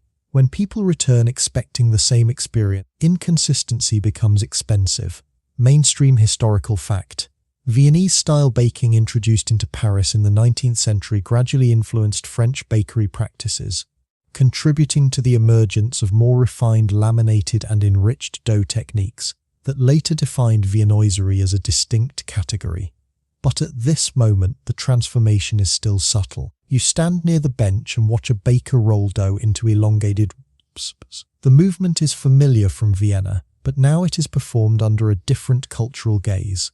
There is an awareness, quiet but present, that these shapes are no longer just functional food preparation. They are being watched, evaluated, discussed. A crescent is no longer just a crescent. It is a sign, a suggestion, a small edible idea moving through Parisian society. Outside, cafes are now actively participating in the bakery's spread. A man sitting at a marble table explains to another that the Viennese pastries are lighter than our usual breads, while simultaneously ordering a second one, which suggests that whatever distinction he is describing is not a deterrent. A woman compares them to Parisian brioche. Another person calls them foreign but pleasant. Someone else says they feel morning appropriate, which is perhaps the highest praise a breakfast item can receive in a city that takes breakfast seriously but not sentimentally. The Kipferl is now entering a phase of social classification. It is being sorted not formally, but conversationally. This is where Paris excels. Everything is assigned meaning through discussion. Inside the bakery, you notice a small but significant change in presentation. Trays are arranged with more deliberate symmetry. Crescents are placed with greater visual spacing. The display window is cleaned more frequently, not because hygiene has suddenly become a new concern, but because visibility matters more now. The pastry is no longer just being sold. It is being displayed. And display in Paris is a language. Historians still argue whether Zhang actively engineered this aesthetic shift, or whether it emerged naturally from customer expectations and competitive pressure. The answer likely sits in the overlap. A skilled observer adapting to a city that rewards presentation as much as product. What is clear is that the Viennese crescent is no longer static. It is evolving in response to its environment. You watch a customer pick one up and examine it before eating. That small pause, barely a second, is new. In Vienna, Kipferl were consumed with familiarity. In Paris, they are briefly interpreted before being eaten. That difference alone marks a cultural transition. Interpretation before consumption. Meaning before chewing. Paris cannot help itself. Even food must pass through thought. Quirky tidbit. In early 19th century Paris, foreign baked goods often became fashionable, precisely because they were slightly unfamiliar in texture or form, allowing consumers to signal sophistication through choice. Eating something not traditionally French could imply cosmopolitan awareness. Even when the actual origin was only vaguely understood, the Viennese crescent fits this perfectly. It is foreign enough to be interesting, but accessible enough to be enjoyed daily. Inside the bakery, Zhang begins to refine how the pastries are positioned. He does not change the fundamental Viennese method, but he understands framing. He ensures that the crescent shape is always visible. He ensures that fresh batches come out at times of higher foot traffic. He ensures that the window display remains visually consistent. These are not culinary decisions alone. They are behavioral ones, and they work. The Kipferl begins to appear in more hands across the city. A clerk eats one on the way to work. A student brings one to a lecture. A woman buys them for guests as a polite gesture. A household servant incorporates them into morning service without needing instruction. Each instance is small, but collectively they form a pattern, and patterns become infrastructure. You begin to see how quickly food becomes normalized when it satisfies three conditions: recognizable shape, pleasant texture, and social adaptability. The Kipferl already has the first two. Paris is now supplying the third. Inside the bakery, a new batch emerges from the oven. Steam rises in thin, almost invisible threads. The crust is slightly more refined than the Viennese version you saw earlier in this journey. A little more sheen, a little more uniformity, a little more intention behind browning. Not dramatically different, but noticeably aligned with Parisian expectations of delicacy. The baker taps one lightly, a soft, confident sound. It is good. You notice the way people respond to these fresh trays. There is a brief increase in attention, a subtle shift forward, a moment of collective awareness that something warm has arrived. Then movement resumes. That rhythm. Pause, notice, approach, purchase, consume is becoming the bakery's heartbeat, and Paris is learning it. Historians still argue whether the Viennese bakery model introduced by Zhang directly influenced later French cafe-bakery hybrids, or whether it simply coincided with broader urban modernization trends.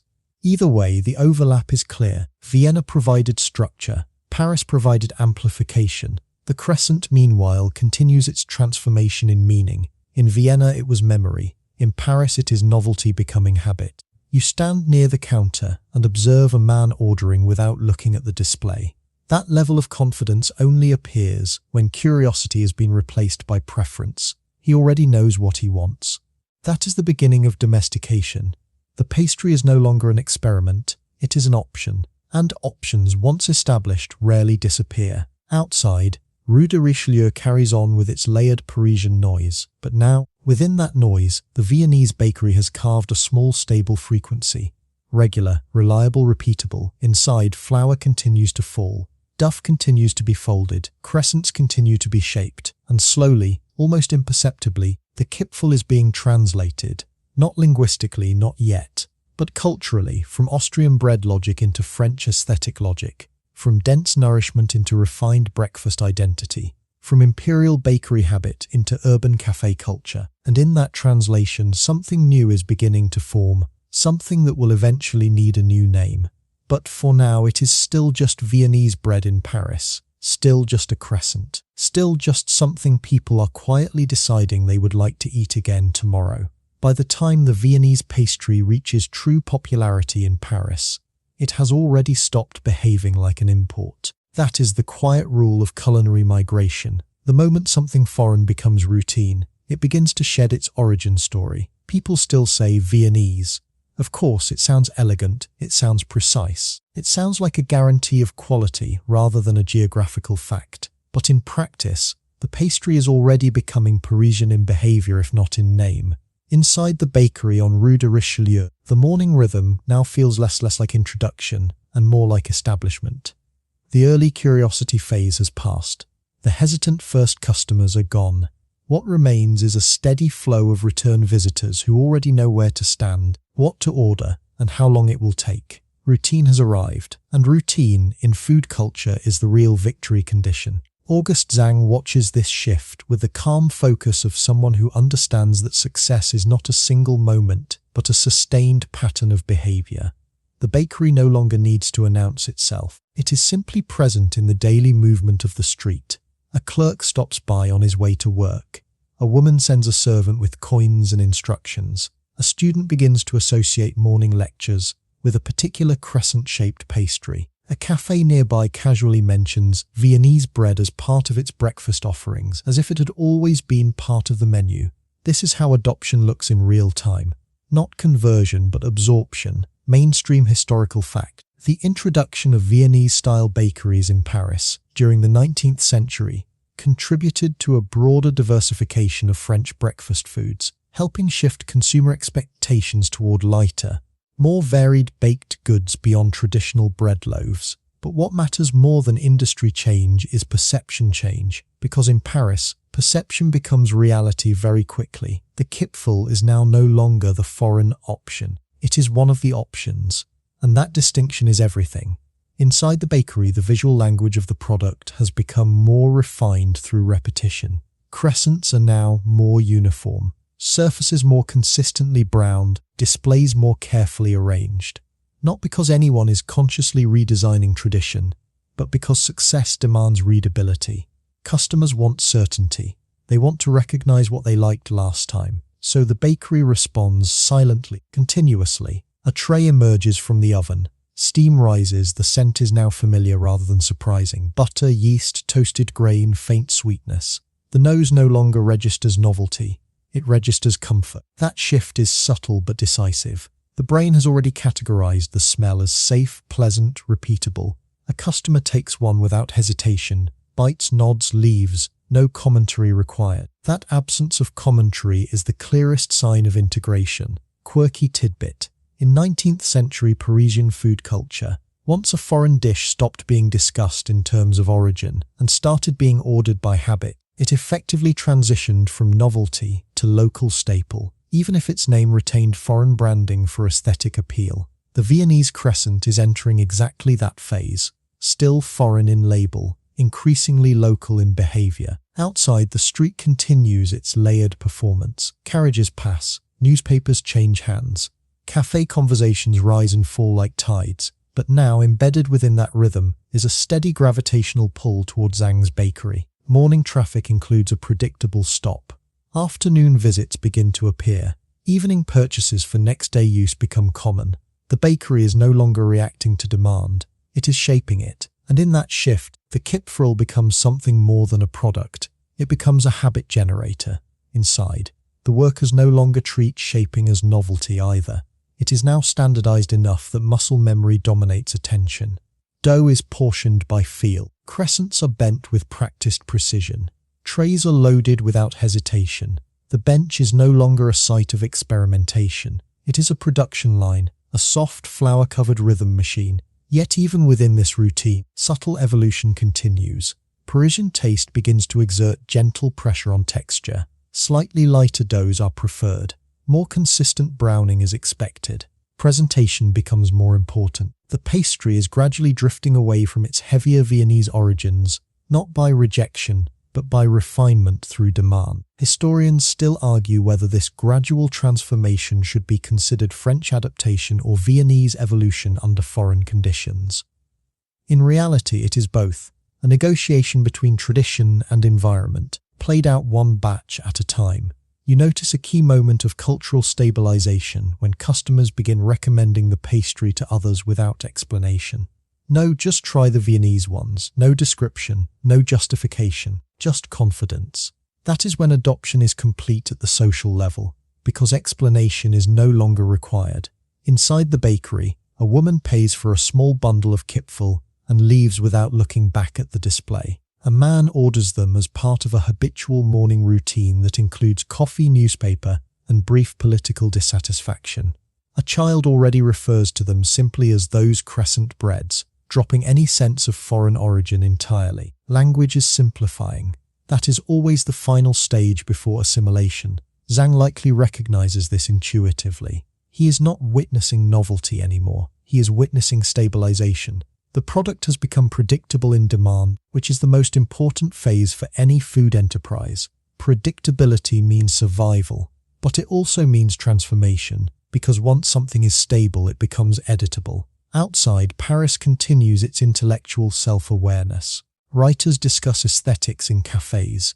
Philosophers argue over change. Artists observe light on stone and call it meaning. And in the middle of all this interpretation, a small Viennese pastry quietly becomes part of the city's daily structure, not through theory, through appetite. Quirky tidbit. Many foods that later become iconic in national cuisines begin as imported or hybrid creations that only later receive standardized names and symbolic meaning once they have been fully absorbed into local eating habits. The Kipferl is standing exactly at that threshold, still recognizable as Viennese, already behaving as Parisian.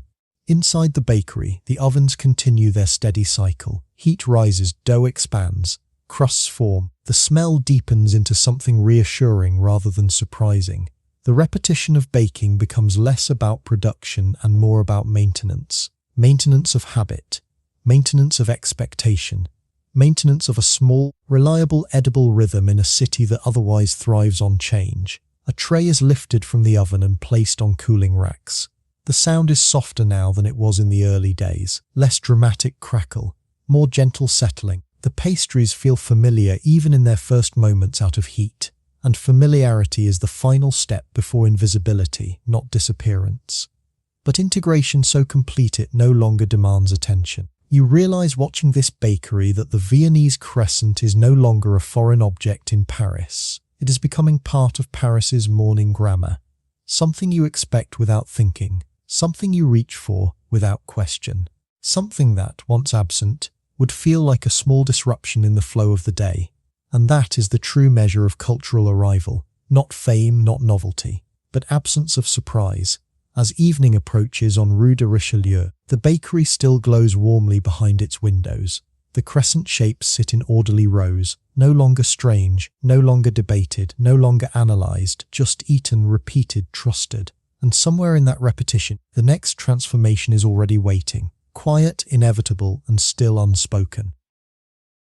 By the time the Viennese crescent has settled into Parisian routine, something subtle begins to happen beneath its surface. Not in its shape, not in its popularity, but in its potential. Because once a food becomes stable in a new environment, it stops being just a visitor and starts becoming raw material. And Paris is very good at turning stability into experimentation. Inside the bakery world, now influenced by Auguste Zhang's Viennese model, bakers begin to look at the Kipferl not only as a finished product, but as something that can be improved, adjusted, reimagined. The crescent is no longer just a crescent, it is a starting point. And the first real disruption comes from something deceptively simple: butter. Cold butter, not just used as enrichment in dough, as in Vienna, but increasingly treated as an architectural ingredient, a structural force, a layering system, something that does not merely flavor bread, but transforms its internal logic. You can almost feel the moment this idea begins to shift the bakery mindset. Until now, Viennese-style Kipferl have been made through enriched dough, milk, butter, sugar, eggs in varying proportions depending on household and bakery tradition. The result is soft, slightly dense, comforting, consistent. But in Paris, consistency is never the end point. It is the baseline. So bakers begin asking a different question. What happens if butter is not fully blended into the dough? What if it is preserved as a separate layer? What if structure itself becomes something that can be folded rather than simply mixed? This is the beginning of lamination thinking, even if no one yet calls it that. Inside warm bakeries, the process starts experimentally. Dough is rolled out more thinly than before. Butter is kept colder, firmer. It is placed inside the dough envelope rather than incorporated completely. Then the folding begins once, twice, again. Each fold creates layers, not visible yet, but structurally forming beneath the surface like geological strata being compressed into edible form. At this stage, it is not yet the croissant, not yet fully French in identity. But something is changing in the logic of the pastry. Mainstream historical fact: laminated dough techniques, involving repeated folding of butter into dough to create layered pastry structures, evolved gradually in European baking traditions during the 19th century, with significant development occurring in France, as Viennese methods were adapted and refined. But what matters here is not the fact itself, it is the sensation of discovery. Because for the bakers working through this process, it does not feel like historical evolution. It feels like experimentation in real time. A dough that behaves differently when baked, a texture that separates more easily, a bite that feels lighter, airier, more fractured. And once that sensation is achieved, it becomes difficult to ignore. You begin to see how small shifts in technique create entirely new categories of food. Inside the bakery, the familiar kneading bench becomes a site of controlled tension. Dough is rolled out, butter is placed in slabs, edges are sealed, then the first fold happens. The baker lifts one side of the dough and brings it over the butter like an envelope closing over a letter. Press a seal, rotate, roll again. The motion is slower than traditional Kipferl preparation, more deliberate, more architectural, less about shaping and more about structuring. You can hear the difference in sound.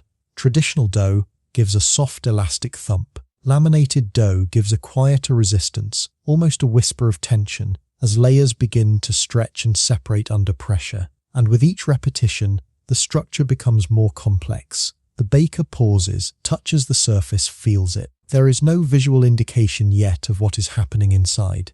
But the hands know, hands always know first. Quirky tidbit: early laminated pastry techniques were often discovered not through theoretical planning but through tactile experimentation. Bakers noticing that repeated folding with fat inside dough created unexpectedly airy results after baking. In other words, no one invented it fully formed. They stumbled into it repeatedly until it stopped feeling accidental. You stand near the bench and watch this transformation with the strange awareness that you are witnessing something halfway between craft and physics. Butter is not just flavor here.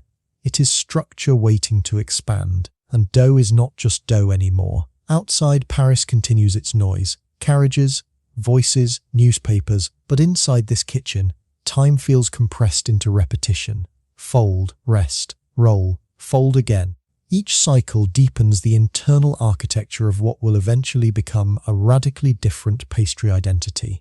Historians still argue whether this transition from Kipferl-style dough to laminated dough was sudden innovation or gradual refinement driven by multiple bakers independently exploring similar techniques. There is no single documented inventor, only a convergence of hands discovering similar truths. And that is often how culinary revolutions behave: quiet, distributed, unclaimed.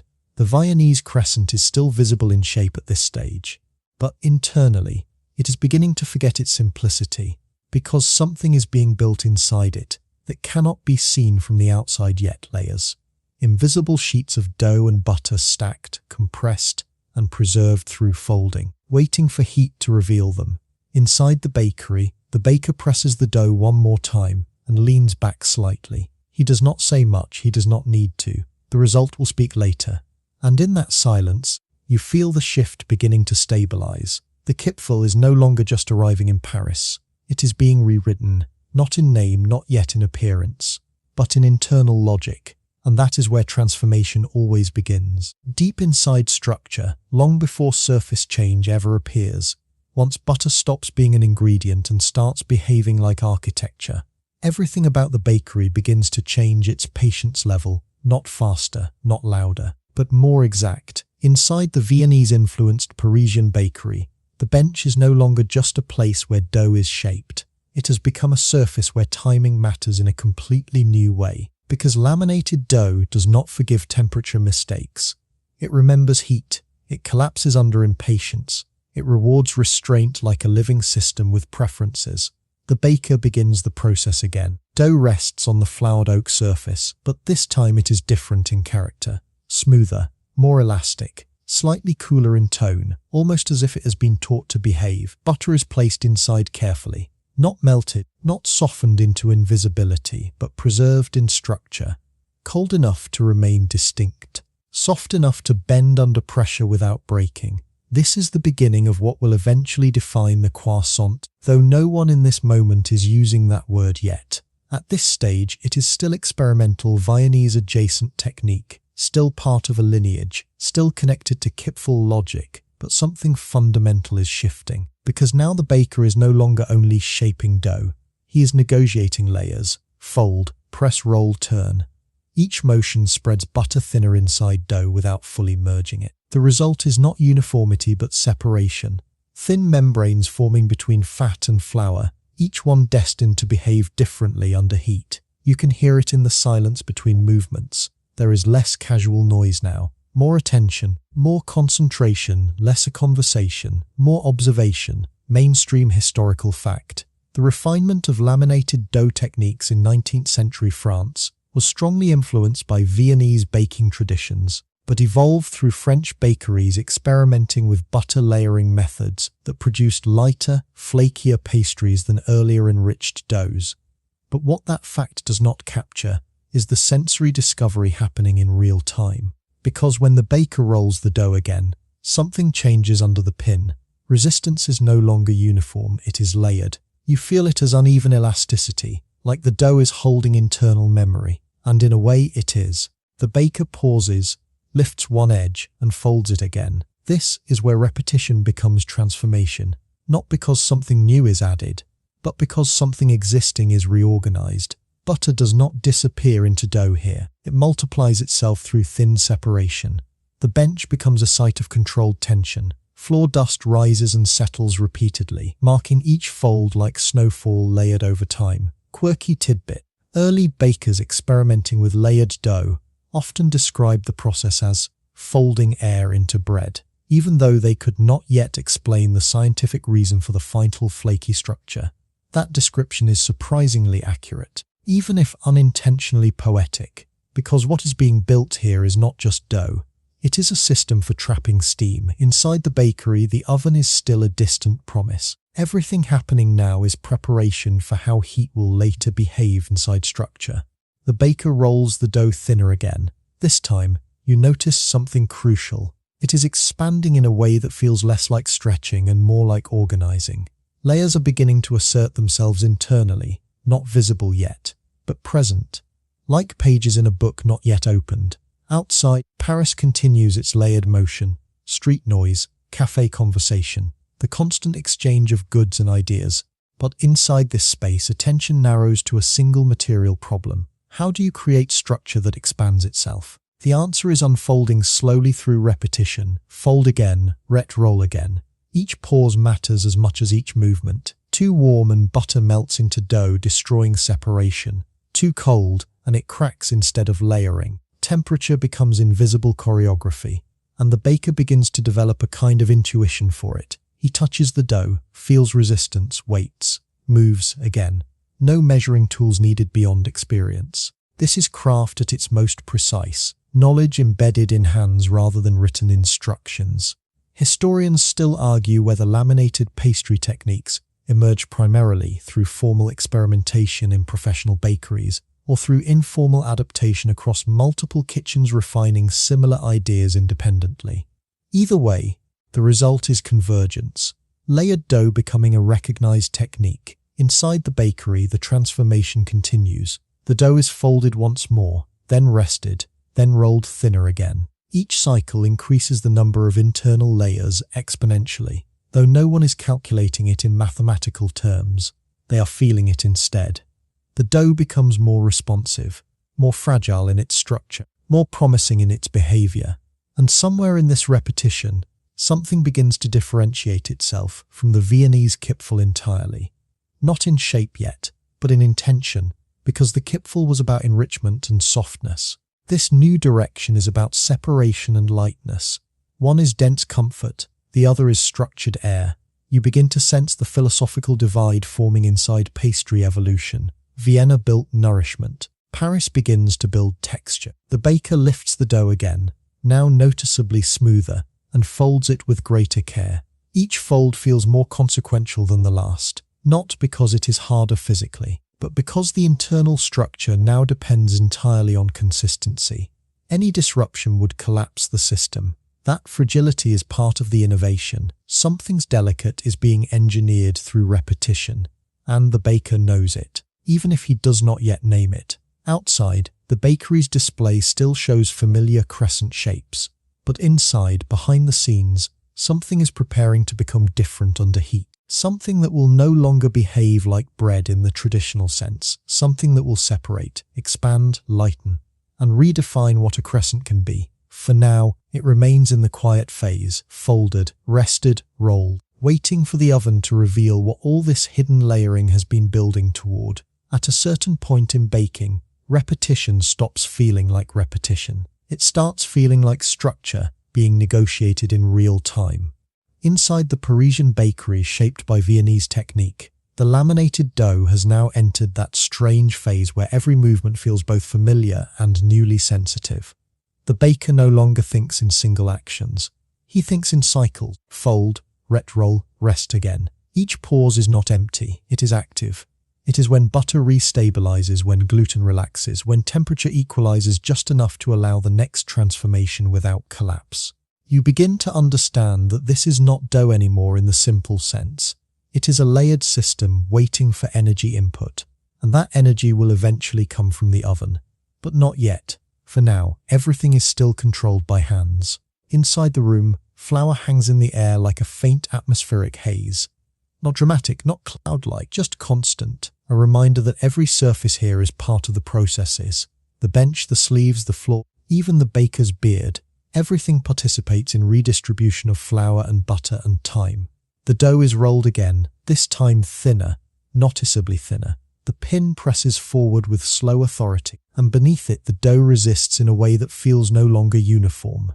There are subtle internal differences now, slight tension shifts, micro-resistance, almost like the dough is beginning to have memory of its own folding history. Mainstream historical fact. Laminated dough techniques rely on alternating layers of fat and dough to create steam-driven expansion during baking, which results in a flaky, airy texture when properly executed. But what that explanation does not capture is the physical sensation of building those layers by hand, because what the baker feels is not steam physics, it is resistance management. The baker pauses, lifts the edge, folds it again, this time more carefully than before, because the structure inside has become more delicate, more dependent on precision. Each fold increases the number of internal strata, but also increases the risk of collapse if handled poorly. The dough is now both stronger and more fragile at the same time, depending on how it is treated. That contradiction is where the transformation lives.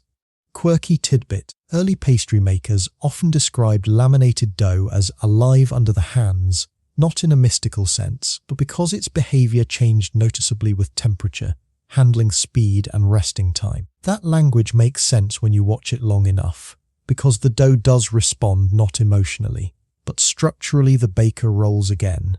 Now the surface is smoother than before, almost satin-like under flour dust.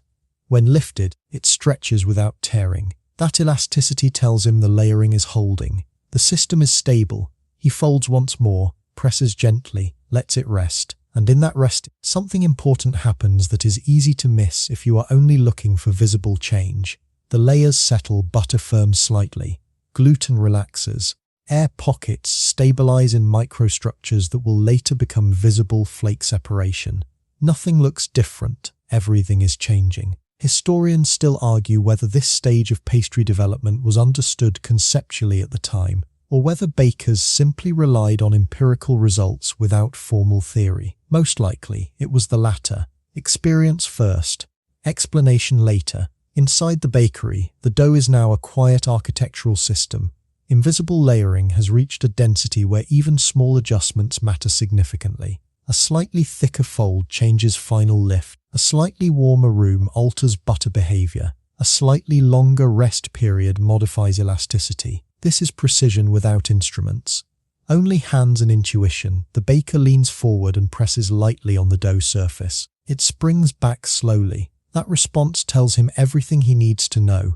It is ready for the next stage, not yet baking, but approaching it. You realize at this point that the Viennese Kipferl, which once defined this pastry lineage, is no longer the dominant logic here. It still exists in shape memory.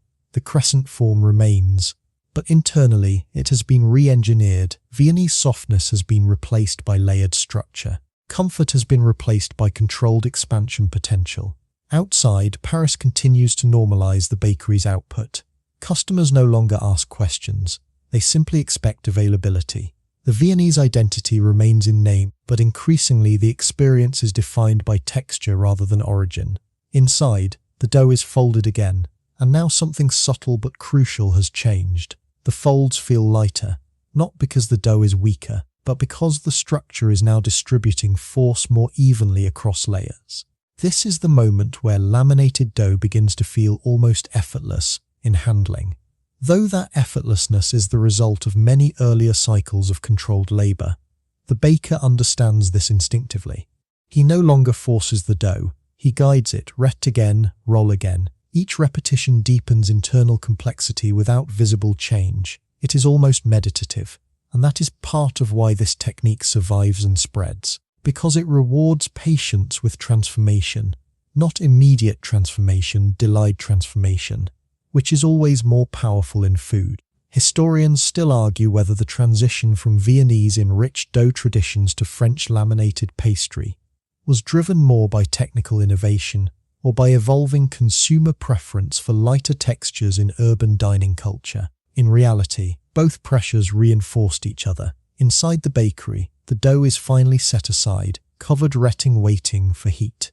And in that moment of stillness, the full transformation is suspended like a promise. The baker wipes his hands slowly, looks at the covered dough, and moves on to the next batch, because in a bakery nothing ever ends, it only cycles. And what has just been built in layers will soon be revealed in expansion. But for now, it remains hidden, folded history, compressed air, butter waiting for release. There is a moment in every layered dough process when human control quietly steps back and heat becomes the final author. Until now, everything has been manual, folding, resting, rolling, watching. But once the dough enters the oven, it stops being negotiable. It becomes physics. Inside the bakery, the shaped pieces, still visually rooted in the Viennese crescent tradition, are arranged carefully on trays. Each one carries within it a hidden architecture of butter and dough, folded and refolded until it resembles nothing from the outside except itself. The baker slides the tray into the oven, the door closes, and the room changes tone immediately, not louder, not faster, just sealed. Heat begins to rise around the dough in slow, invisible waves. At first, nothing seems to happen. The surface holds steady, calm, almost indifferent, but inside the transformation begins immediately. Butter starts to soften first, then liquefy, then spread itself into the thin layers that were carefully created through folding. And as it spreads, it becomes the engine of expansion. Steam forms from trapped moisture inside the dough. That steam has nowhere to go except outward, pressing, pushing, separating layers that were previously invisible. The dough does not rise in one direction. It unfolds internally, lot by layer, sheet by sheet, like a structure remembering it was never meant to stay compact. Mainstream historical fact. Laminated pastries achieve their characteristic flakiness because steam generated during baking expands between alternating layers of dough and fat, physically separating them into thin, crisp sheets. But what matters more than the explanation is the sensation of emergence, because what was once a single mass is now becoming a structured explosion held in shape. You watch through the oven window as the crescents begin to change, slowly at first, then decisively. Edges lift, surfaces separate. The pastry expands not uniformly but in delicate irregularities, small variations in layer thickness producing natural organic flake formation. It is not controlled anymore. It is revealed. Quirky tidbit. Early observers of laminated pastry baking often described the process as bread unfolding itself, because the internal expansion created visible layers that seemed to appear spontaneously during heat exposure. That description feels surprisingly accurate here, because the pastry is not being built anymore, it is being exposed. Inside the oven, the transformation accelerates. The butter has fully melted now, distributing itself between layers, reducing friction and allowing separation. Steam pressure increases. Layers lift away from each other like pages of a book being gently fanned by invisible hands. And suddenly, structure becomes visible. What was once hidden architecture is now expressed geometry. Thin layers form, crisp and delicate at the edges, while the interior remains soft and airy, creating a contrast that defines everything that will later be called French laminated pastry. The crescent shape holds, but it is no longer the dense Kipferl form of Vienna. It has become lighter, more fragmented, more volatile in structure, yet still recognizably curved. The baker watches without touching anything. There is nothing to adjust anymore. Only timing matters now. Too early, and the structure remains underdeveloped too late, and it dries out, the oven decides the final state. Historians still argue whether the shift from dense Viennese Kipferl to airy laminated croissant-style pastries was primarily driven by technological refinement in baking techniques, or by French aesthetic preference for lighter textures in daily consumption. Most likely, both forces shaped the outcomes simultaneously. Inside the oven, the transformation nears completion. The surface begins to brown not evenly, but in gradients. Golden edges deepen into bronze tones. Butter caramelizes subtly within the outer layers. The Maillard reaction begins to define the surface, not just as color, but as flavor memory being written into crust. The smell changes too, from raw dough warmth to toasted richness, from simple bakery aroma to something more complex, more layered, more emotionally resonant. You can almost feel it in the air outside the oven. The bakery itself seems to inhale the transformation, then exhale it into the room. The tray is finally removed. The baker sets it down carefully, and now the sound arrives, a soft crackling, not loud, not sharp, but continuous and delicate. The cooling process is not passive. It is active structural settling. Layers contract slightly, crisp edges stabilize, internal steam dissipates, and in that cooling, the final identity forms. What emerges is no longer just Viennese-inspired dough. It is something else. Something structured around air rather than density. Something defined by layers rather than mass. Something that, while still carrying the crescent silhouette of its ancestry, no longer behaves like its origin. The baker watches quietly. There is no announcement, no declaration, just observation, because in baking, transformation does not need narration. It is visible. Historians still argue whether this moment, the full emergence of laminated structure in Parisian adaptation of Viennese Kipferl, should be considered the true origin point of the modern croissant. The answer depends on whether origin is defined by shape, technique, or cultural identity. But in this bakery, none of those debates matter yet. What matters is that the pastry is done, and it is no longer what it was. It is lighter, it is flakier, it is structurally transformed, and it is ready to enter the city again.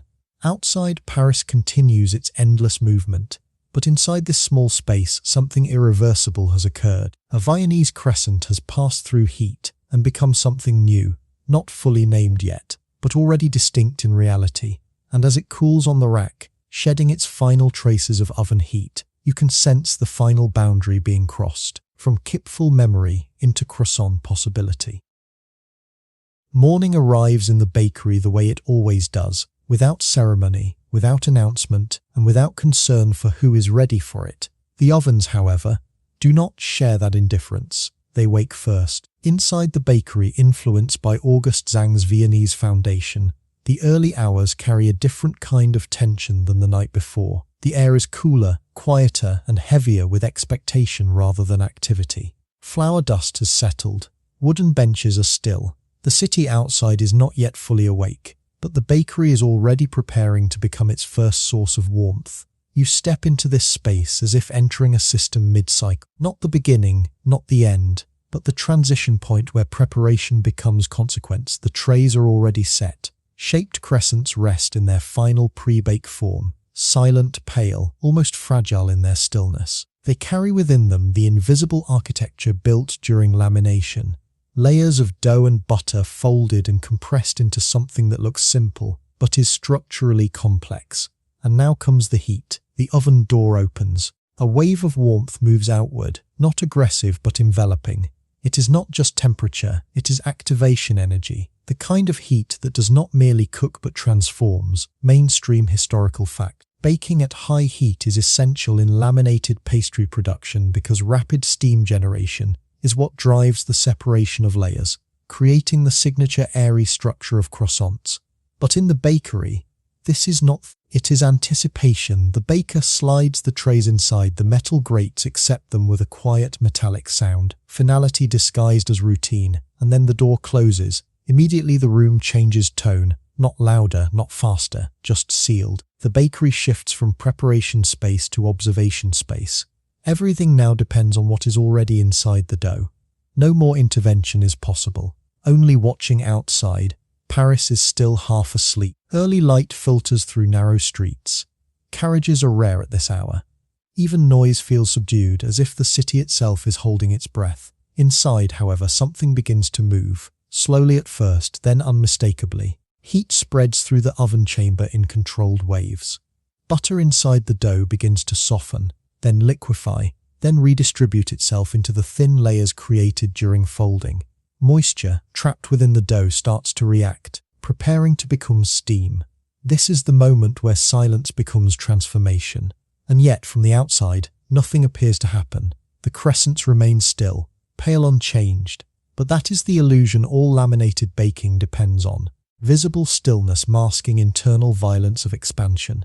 Quirky tidbit. Early bakers often described oven expansion of laminated dough as silent bursting, because the structure changes dramatically inside without any external cracking until much later in the process. Inside the oven, the first real shift begins. Tiny pockets of steam form, then multiply, then seek escape. And when they cannot escape outward, they push inward structures apart, lap by layer, sheet by sheet. The dough begins to separate internally, not randomly, but along the precise folds created earlier. It is not rising in the traditional sense. It is unfolding. The baker watches through the oven window. There is no conversation, no instruction, only observation, because this stage does not respond to human control anymore.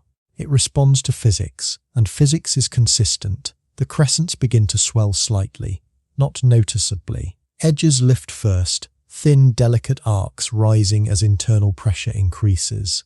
Then the center follows. The entire structure becomes more dimensional, less compact, as if something hidden inside is gently forcing its way outward. And yet, the shape holds. That is the paradox of laminated dough. Expansion without collapse, provided the internal structure was built correctly.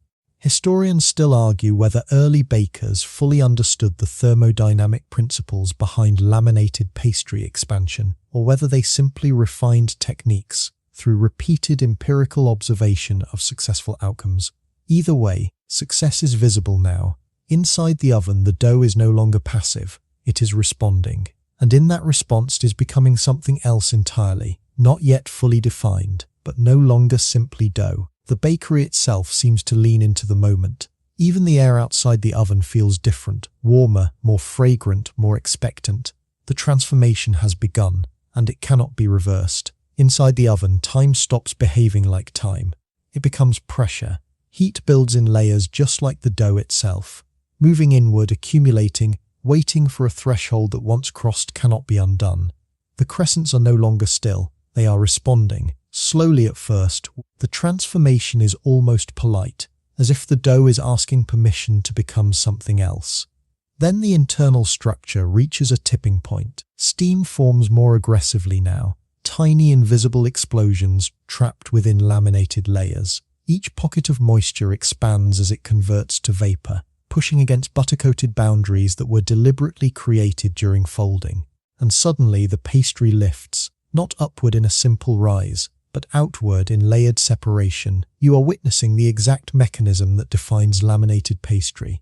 Expansion through internal stratification, rather than uniform inflation. Mainstream historical fact. The distinctive flakiness of croissants and other laminated pastries is caused by steam pressure separating thin layers of dough and butter during baking, creating a honeycomb-like internal structure. But what that fact does not capture is the feeling of watching it happen in real time.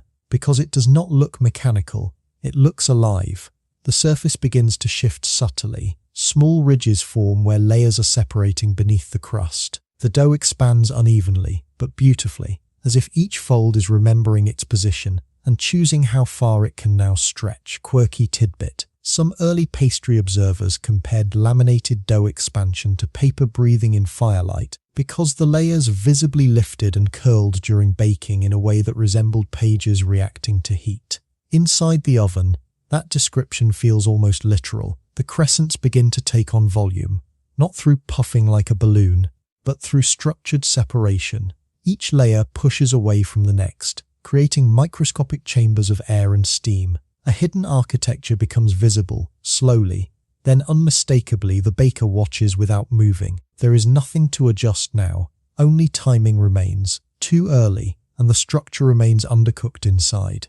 Too late, and the delicate layering dries into rigidity. The difference is measured in seconds, but it determines the entire identity of the pastry. Historians still argue whether the precision required in early laminated baking was intuitive craftsmanship, or whether bakers developed a near-scientific understanding of timing through constant repetition and sensory feedback. In practice, it is both. Experience becomes instinct. Instinct becomes accuracy. Inside the oven, color begins to shift, not yet golden, but transitioning pale dough edges start to warm into soft beige tones. Butter begins to caramelize at the surface level, leaving faint traces of deeper flavor forming beneath the crust. The aroma intensifies, shifting from raw dough warmth to something richer, almost nutty. The bakery itself seems to exhale. You can feel it in the air outside the oven door. Something is arriving, not finished yet, but no longer raw. The crescents continue to expand, now reaching their structural limit. Internal steam pressure peaks, then stabilizes. The layers settle into their final positions, no longer shifting dramatically, but locking into place as heat completes its work. And at that moment, something important becomes visible for the first time. The structure is no longer unified mass. It is separation, defined stacked lobbied air held together by fragile crust. The baker leans slightly closer to the oven window. Still no movement, only observation, because what is happening now is irreversible formation. Once the structure sets, it will not return to dough. It will remain what heat decides it becomes. Historians still argue whether this moment, the full visual emergence of layered structure in baked Viennese adapted dough, should be considered the true origin point of modern croissant identity, or simply a transitional phase in a longer evolutionary process. But in this kitchen, there is no debate, only transformation, and it is still unfolding. The sound comes first, not loud, not sharp, but unmistakable. A faint, delicate crackling that begins as soon as the oven heat starts to release its hold on the pastries. This is the sound of structure stabilizing, of moisture escaping, of layered architecture settling into permanence. The baker opens the oven door slowly, and a wave of heat spills outward into the cooler air of the bakery. It carries with it a dense aroma, sweet, toasted, buttery, slightly nutty. An aroma that feels less like food and more like completion. The trays are pulled out, and for a moment nothing moves, not because the pastries are still raw, but because they are in transition, between heat and air, between expansion and settling, between becoming and being. Mainstream historical fact. Laminated pastries continue to undergo internal structural changes even after removal from the oven, as residual heat redistributes moisture and stabilizes the crisp layered structure. But what that explanation misses is the living quality of cooling pastry, because cooling is not passive. It is a second phase of construction. You watch as the crescents begin to settle on their racks. Steam continues to rise in thin, invisible threads escaping from microscopic gaps between layers. The outer crust begins to firm, but not uniformly. Some sections crisp faster than others, creating the characteristic uneven texture that defines laminated pastry. This is where the flake is born, not in the oven, but just after it. Quirky tidbit. Bakers often noted that the most delicate flakes in croissants could be judged not by appearance during baking, but by the sound they made while cooling, subtle crackles indicating proper lamination. And here in this bakery influenced by Viennese technique, that sound is now unmistakable. Crackle, soft break, tiny structural shifts as layers contract and stabilize. The crescents are no longer expanding, they are finalizing. Outside, early Paris is beginning to wake. Light grows stronger through narrow streets. Footsteps become more frequent. The city is shifting from quiet preparation to morning motion, and soon people will arrive.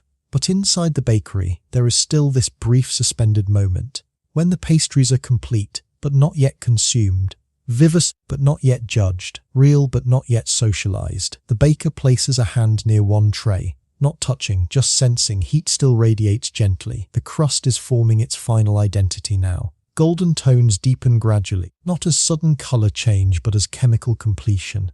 Sugars on the surface react with proteins in a slow Maillard process, creating complexity in both appearance and flavor. Mainstream historical fact: the Maillard reaction is responsible for the browning and flavor development in baked goods, producing the deep golden color and complex aroma associated with well-baked bread and pastry. But in this moment, it feels less like chemistry and more like revelation, because the surface is no longer dough, it is crust, defined, finished. The baker exhales slightly, not relief, just recognition. Historians still argue whether early Viennese influenced Parisian bakers understood the chemical basis of browning reactions, or simply recognized through experience that dark, evenly baked surfaces produced more desirable flavor and texture. Either way, they knew when something was right. The bakery fills with scent now: warm butter, toasted grain, caramelized sugar. Something deeper beneath it all that is difficult to name but easy to recognize as comfort. You notice how the crescents now hold themselves differently, no longer soft or shifting. They have structure, external crispness, internal airiness, a balance between fragility and strength. This is the moment where laminated dough becomes identity. No longer just technique, no longer just process, but finished form. The trays are set down carefully on cooling racks, and the sound continues: soft crackles, occasional faint snaps as layers adjust temperature change. Each sound is small, but together they form a kind of quiet language, the bakery speaking in textures instead of words. And soon, that language will enter the city, because Paris is waking up, and what is cooling here will not remain here for long. By the time the pastries have fully cooled, the bakery is no longer a place of transformation. It is a place of confirmation. What entered the oven as shaped dough has emerged as something structurally complete, held together not by softness or density, but by layers.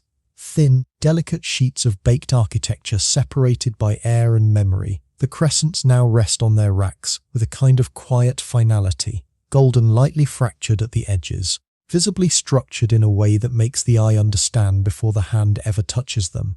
And yet, even now, they are still changing, not dramatically, not visibly, but internally. Moisture continues to migrate, heat continues to redistribute, crust continues to stabilize.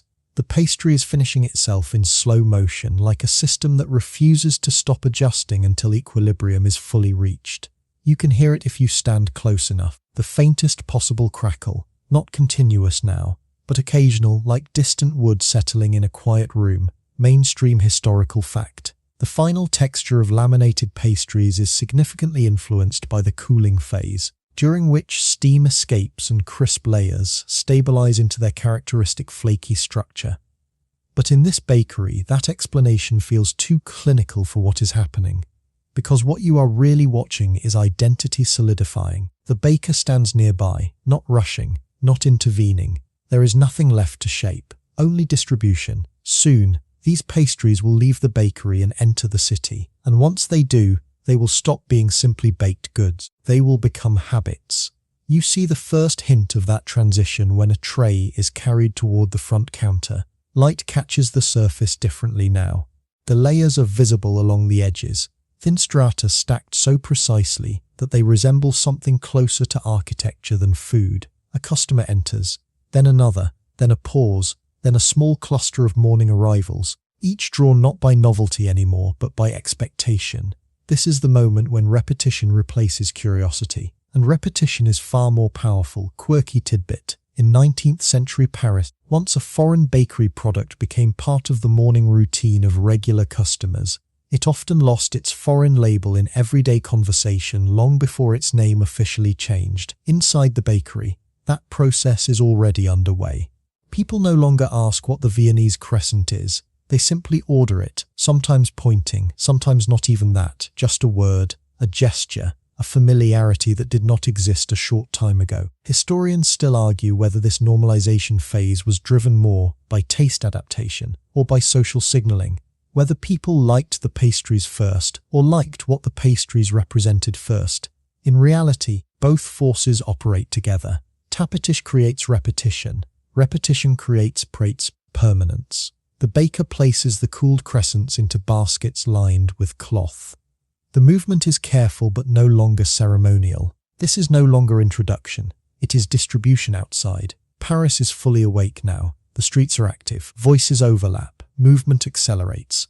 The city resumes its layered noise. And into that noise, the bakery releases something newly stable. The Viennese crescent, once foreign, once curious, once experimental, is now part of morning rhythm. A person eats one while walking. Another buys two for later. A cafe nearby mentions them as part of breakfast service. No explanation required. And inside the bakery, the final transformation is complete. Not just in texture, not just in color, but in meaning. The Kipferl, through heat, folding, lamination, and Parisian adaptation, has crossed an invisible threshold. From dense Viennese tradition to layered French identity, still crescent-shaped, still familiar in silhouette, but now built from something fundamentally different inside. Air structure separation. And as the morning continues, the bakery no longer feels like a place of invention. It feels like a place of origin for something that will now travel outward again. Not as Vienna, not as imitation, but as something newly formed in Parisian heat. And the city, without needing to name it yet, has already accepted it as its own. By the time the pastry settles into its final identity, it is no longer useful to think of it as belonging to a single place. Vienna is still there, of course, in the memory of its curve. Paris is still there, in the refinement of its structure. But what now exists in your mind as you stand in the quiet aftermath of all this baking is something more layered than geography. It is history compressed into food. You think back to the earliest moments, the dense Viennese Kipferl, heavy and comforting, shaped by guild discipline and imperial routine. Then you recall its slow migration westward, carried not by conquest but by repetition, by bakers moving between cities, by recipes whispered, by techniques copied imperfectly and then improved. And finally you arrive here, at something that no longer feels like arrival at all, more like continuation. Inside the broader story of European baking, the croissant is not a sudden invention. It is a gradual conversation between regions, a negotiation between density and air, between tradition and adaptation, between structure and softness. Mainstream historical fact. Modern croissants evolved from Viennese Kipferl traditions through French innovations in laminated dough techniques during the 19th century, eventually becoming a defining symbol of French pastry culture. But what that fact cannot fully express is the feeling of continuity, because nothing about this transformation happened all at once. It happened in kitchens like this one, quietly, repeatedly, fold after fold, bake after bake, morning after morning. You imagine the dough itself as a kind of historical record. Each layer not just butter and flour, but time compressed. Each fold a decision. Each rest a pause in cultural translation. Quirky tidbit. Food historians often note that laminated pastries preserve invisible history within their structure, layers that reflect repeated handling, regional adaptation and evolving baking technique over time. That idea feels almost literal here, because if you could peel back the pastry, you would not just find air pockets and butter layers. You would find Vienna. You would find Paris. You would find the hands that shaped it without knowing they were shaping something historically permanent. And yet, the most important part of this entire journey is not origin. It is repetition, because once something enters daily life, it stops being a story and becomes behavior. Morning begins, coffee is brewed, bread is chosen, and the croissant, once Kipferl, once experiment, once novelty, is now part of that rhythm, not questioned, not analyzed, just eaten. The transformation is complete not when the pastry is invented, but when it is expected, and expectation is a quiet form of permanence. Historians still argue whether culinary evolution should be understood primarily through invention events or through the slow accumulation of everyday habits. But here, in this gentle afterglow of baking, the answer feels obvious. It is habit that endures, not invention. And so the story of this pastry is not really about a moment of change. It is about thousands of small, almost invisible continuations of the same act. Kneading, folding, retting, beating, raking, repeating. The dough remembers nothing in words, but everything in structure, and that structure is now everywhere. In the quiet that follows transformation, cities tend to forget the exact moment change happened. Paris is especially good at this. It does not archive cultural shifts as events so much as it absorbs them into routine until they feel like they have always been there. So by the time the croissant-like pastry becomes part of daily life, there is no clear memory of when it stopped being Viennese Kipferl and started being something else. It simply is a morning object, a cafe staple, a bakery expectation. Inside households, it appears without explanation. On cafe tables, it arrives without introduction. In bakeries, it is no longer discussed as novelty. It is produced, and that shift from discussion to production is where culture solidifies. You think of the baker's hands again, how they once folded dough carefully, aware that something unfamiliar was forming, how repetition slowly replaced uncertainty, how technique became instinct, and how instinct eventually became tradition. Mainstream historical fact: many staple foods in European culinary traditions became normalized through gradual integration into daily consumption patterns, rather than through singular moments of invention or discovery. But what that fact leaves out is how invisible that process feels while it is happening.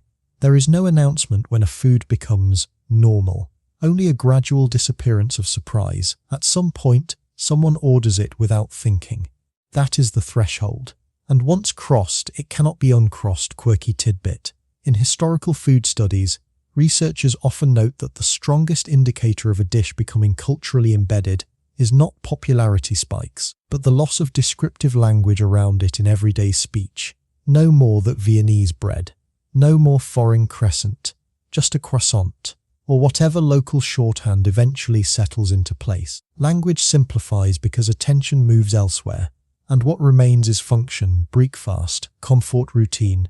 You imagine early mornings in Paris now, not as dramatic scenes of culinary evolution, but as something much quieter: a bakery door opening, warm air spilling out, a customer stepping in half awake, a brief exchange, a selection made without hesitation. That is all. No reflection on history, no awareness of layered dough evolution, no memory of Viennese origins, just participation in a system that now feels natural. Historians still argue whether cultural assimilation in food is more powerful when origins are remembered or when they are forgotten. In practice, forgetting tends to create stability, while remembering preserves distinction, but rarely both at once, and the croissant-like pastry has clearly chosen stability. Inside that stability, the Viennese Kipferl is still present, but only structurally, not socially, not linguistically. Its crescent shape remains. Its lineage is embedded in technique, but its identity has been rewritten through repetition. You think about how strange that is, that something so visible in form can become so invisible in origin. A crescent does not change shape when it crosses borders, but it changes meaning, and meaning, unlike shape, is endlessly adjustable. As morning continues, cafes fill again, bakery trays empty and refill, hands reach for the same shape without questioning its history. And in that repetition, the pastry becomes less like an object and more like a habit embedded in time, not remembered, just lived. And that, more than anything, is how the transition completes itself, silently, daily, without needing recognition. There is a strange point in cultural history where origins stop mattering to the people using something every day, not because origins are erased, but because they are no longer required for function. The croissant-like pastry in Paris has now fully crossed that threshold. It is no longer an Austrian-influenced bread. It is no longer a Viennese-style crescent. It is simply part of the morning landscape. You can see it the way you see sunlight through window glass, present, reliable, unexamined. And yet, beneath that simplicity, the structure still carries its entire journey. Vienna is still inside it, in the logic of the crescent shape. Paris is still inside it, in the refinement of texture. And between them lies the invisible work of transformation. Folding, layering, lamination, heat, mainstream historical fact. Many modern European pastries evolve through cross-cultural exchange between regions, with techniques and forms gradually merging over decades of culinary adaptation, rather than sudden invention events.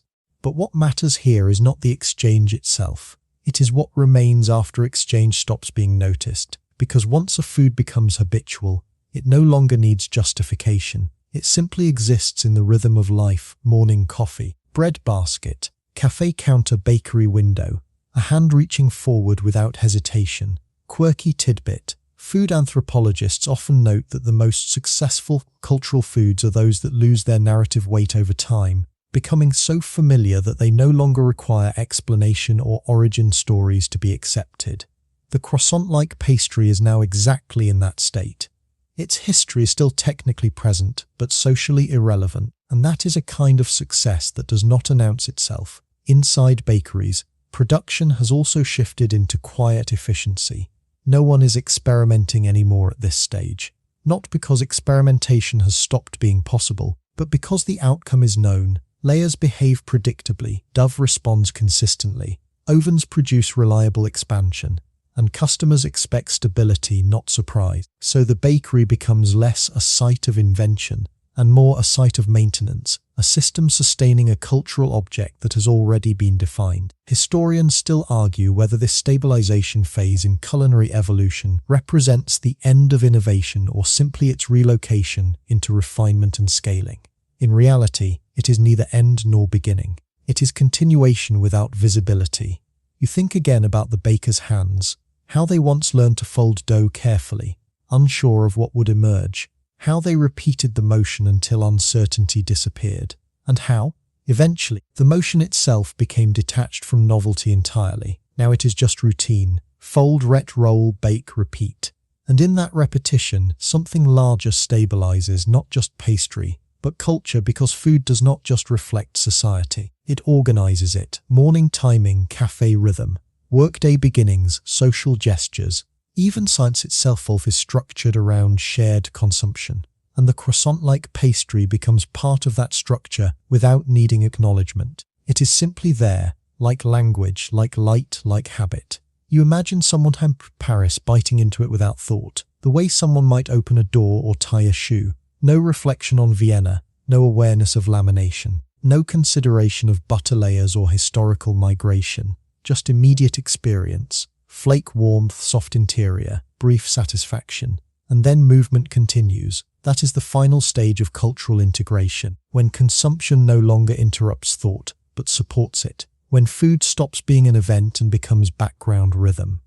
And in that rhythm, the Viennese Kipferl still exists, but only as structure beneath surface, not remembered, not referenced, just present, folded into history the way layers are folded into dough. Still there, but no longer visible unless you deliberately pull it apart. By the time you reach the end of this long, quiet journey through dough, heat, and migration, there is almost nothing left to finish, because what began as a Viennese crescent has already finished transforming long ago. What remains now is only its aftermath, its presence in the everyday world that no longer remembers needing to explain it. Paris is awake in full morning rhythm, doors open, streets fill, cafes absorb the first waves of conversation, and somewhere in that ordinary movement, the croissant-like pastry exists without announcement, without emphasis, without history being actively recalled. It is simply part of the morning, like footsteps on stone, like steam rising from coffee, like light arriving through narrow streets. Inside bakeries, trays are refilled with quiet efficiency. The process that once felt like experimentation is now fully procedural. Dough arrives, it is shaped, it is folded, it is baked, it is cooled, it is sold, and the cycle repeats without disruption. No one pauses anymore to consider that this object once travelled, that it once changed identity, that it once crossed from Vienna's dense, structured Kipferl tradition into Paris's layered, aesthetic reinterpretation of baked form, because in daily repetition, history dissolves into function, mainstream historical fact. Many foods that originate in one cultural region become fully integrated into another through gradual normalization, eventually losing their perceived foreignness, while retaining only structural or technical traces of their origin. But what matters most is what that integration feels like. And what it feels like is absence of question. No one asks, "What is this?" No one asks where did it come from. It is already accepted, already expected, already part of the morning architecture of life. Quirky tidbit.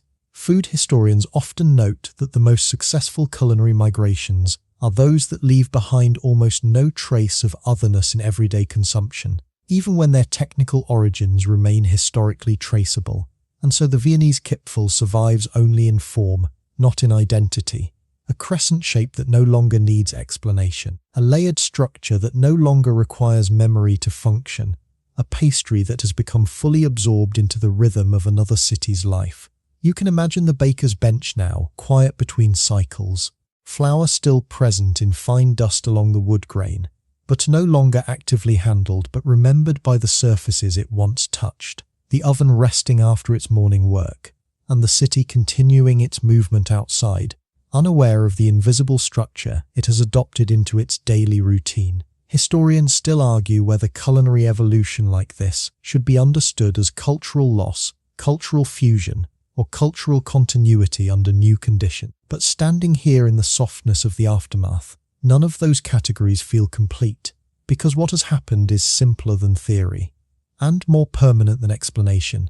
A shape moved, a method travelled, a technique changed hands, and the result became ordinary. That ordinariness is the final transformation, not spectacular, not visible, but absolute. You realize that this entire journey was never really about a pastry. It was about what happens when something designed in one world becomes habit in another, when repetition replaces origin, when consumption replaces explanation, when structure outlives memory.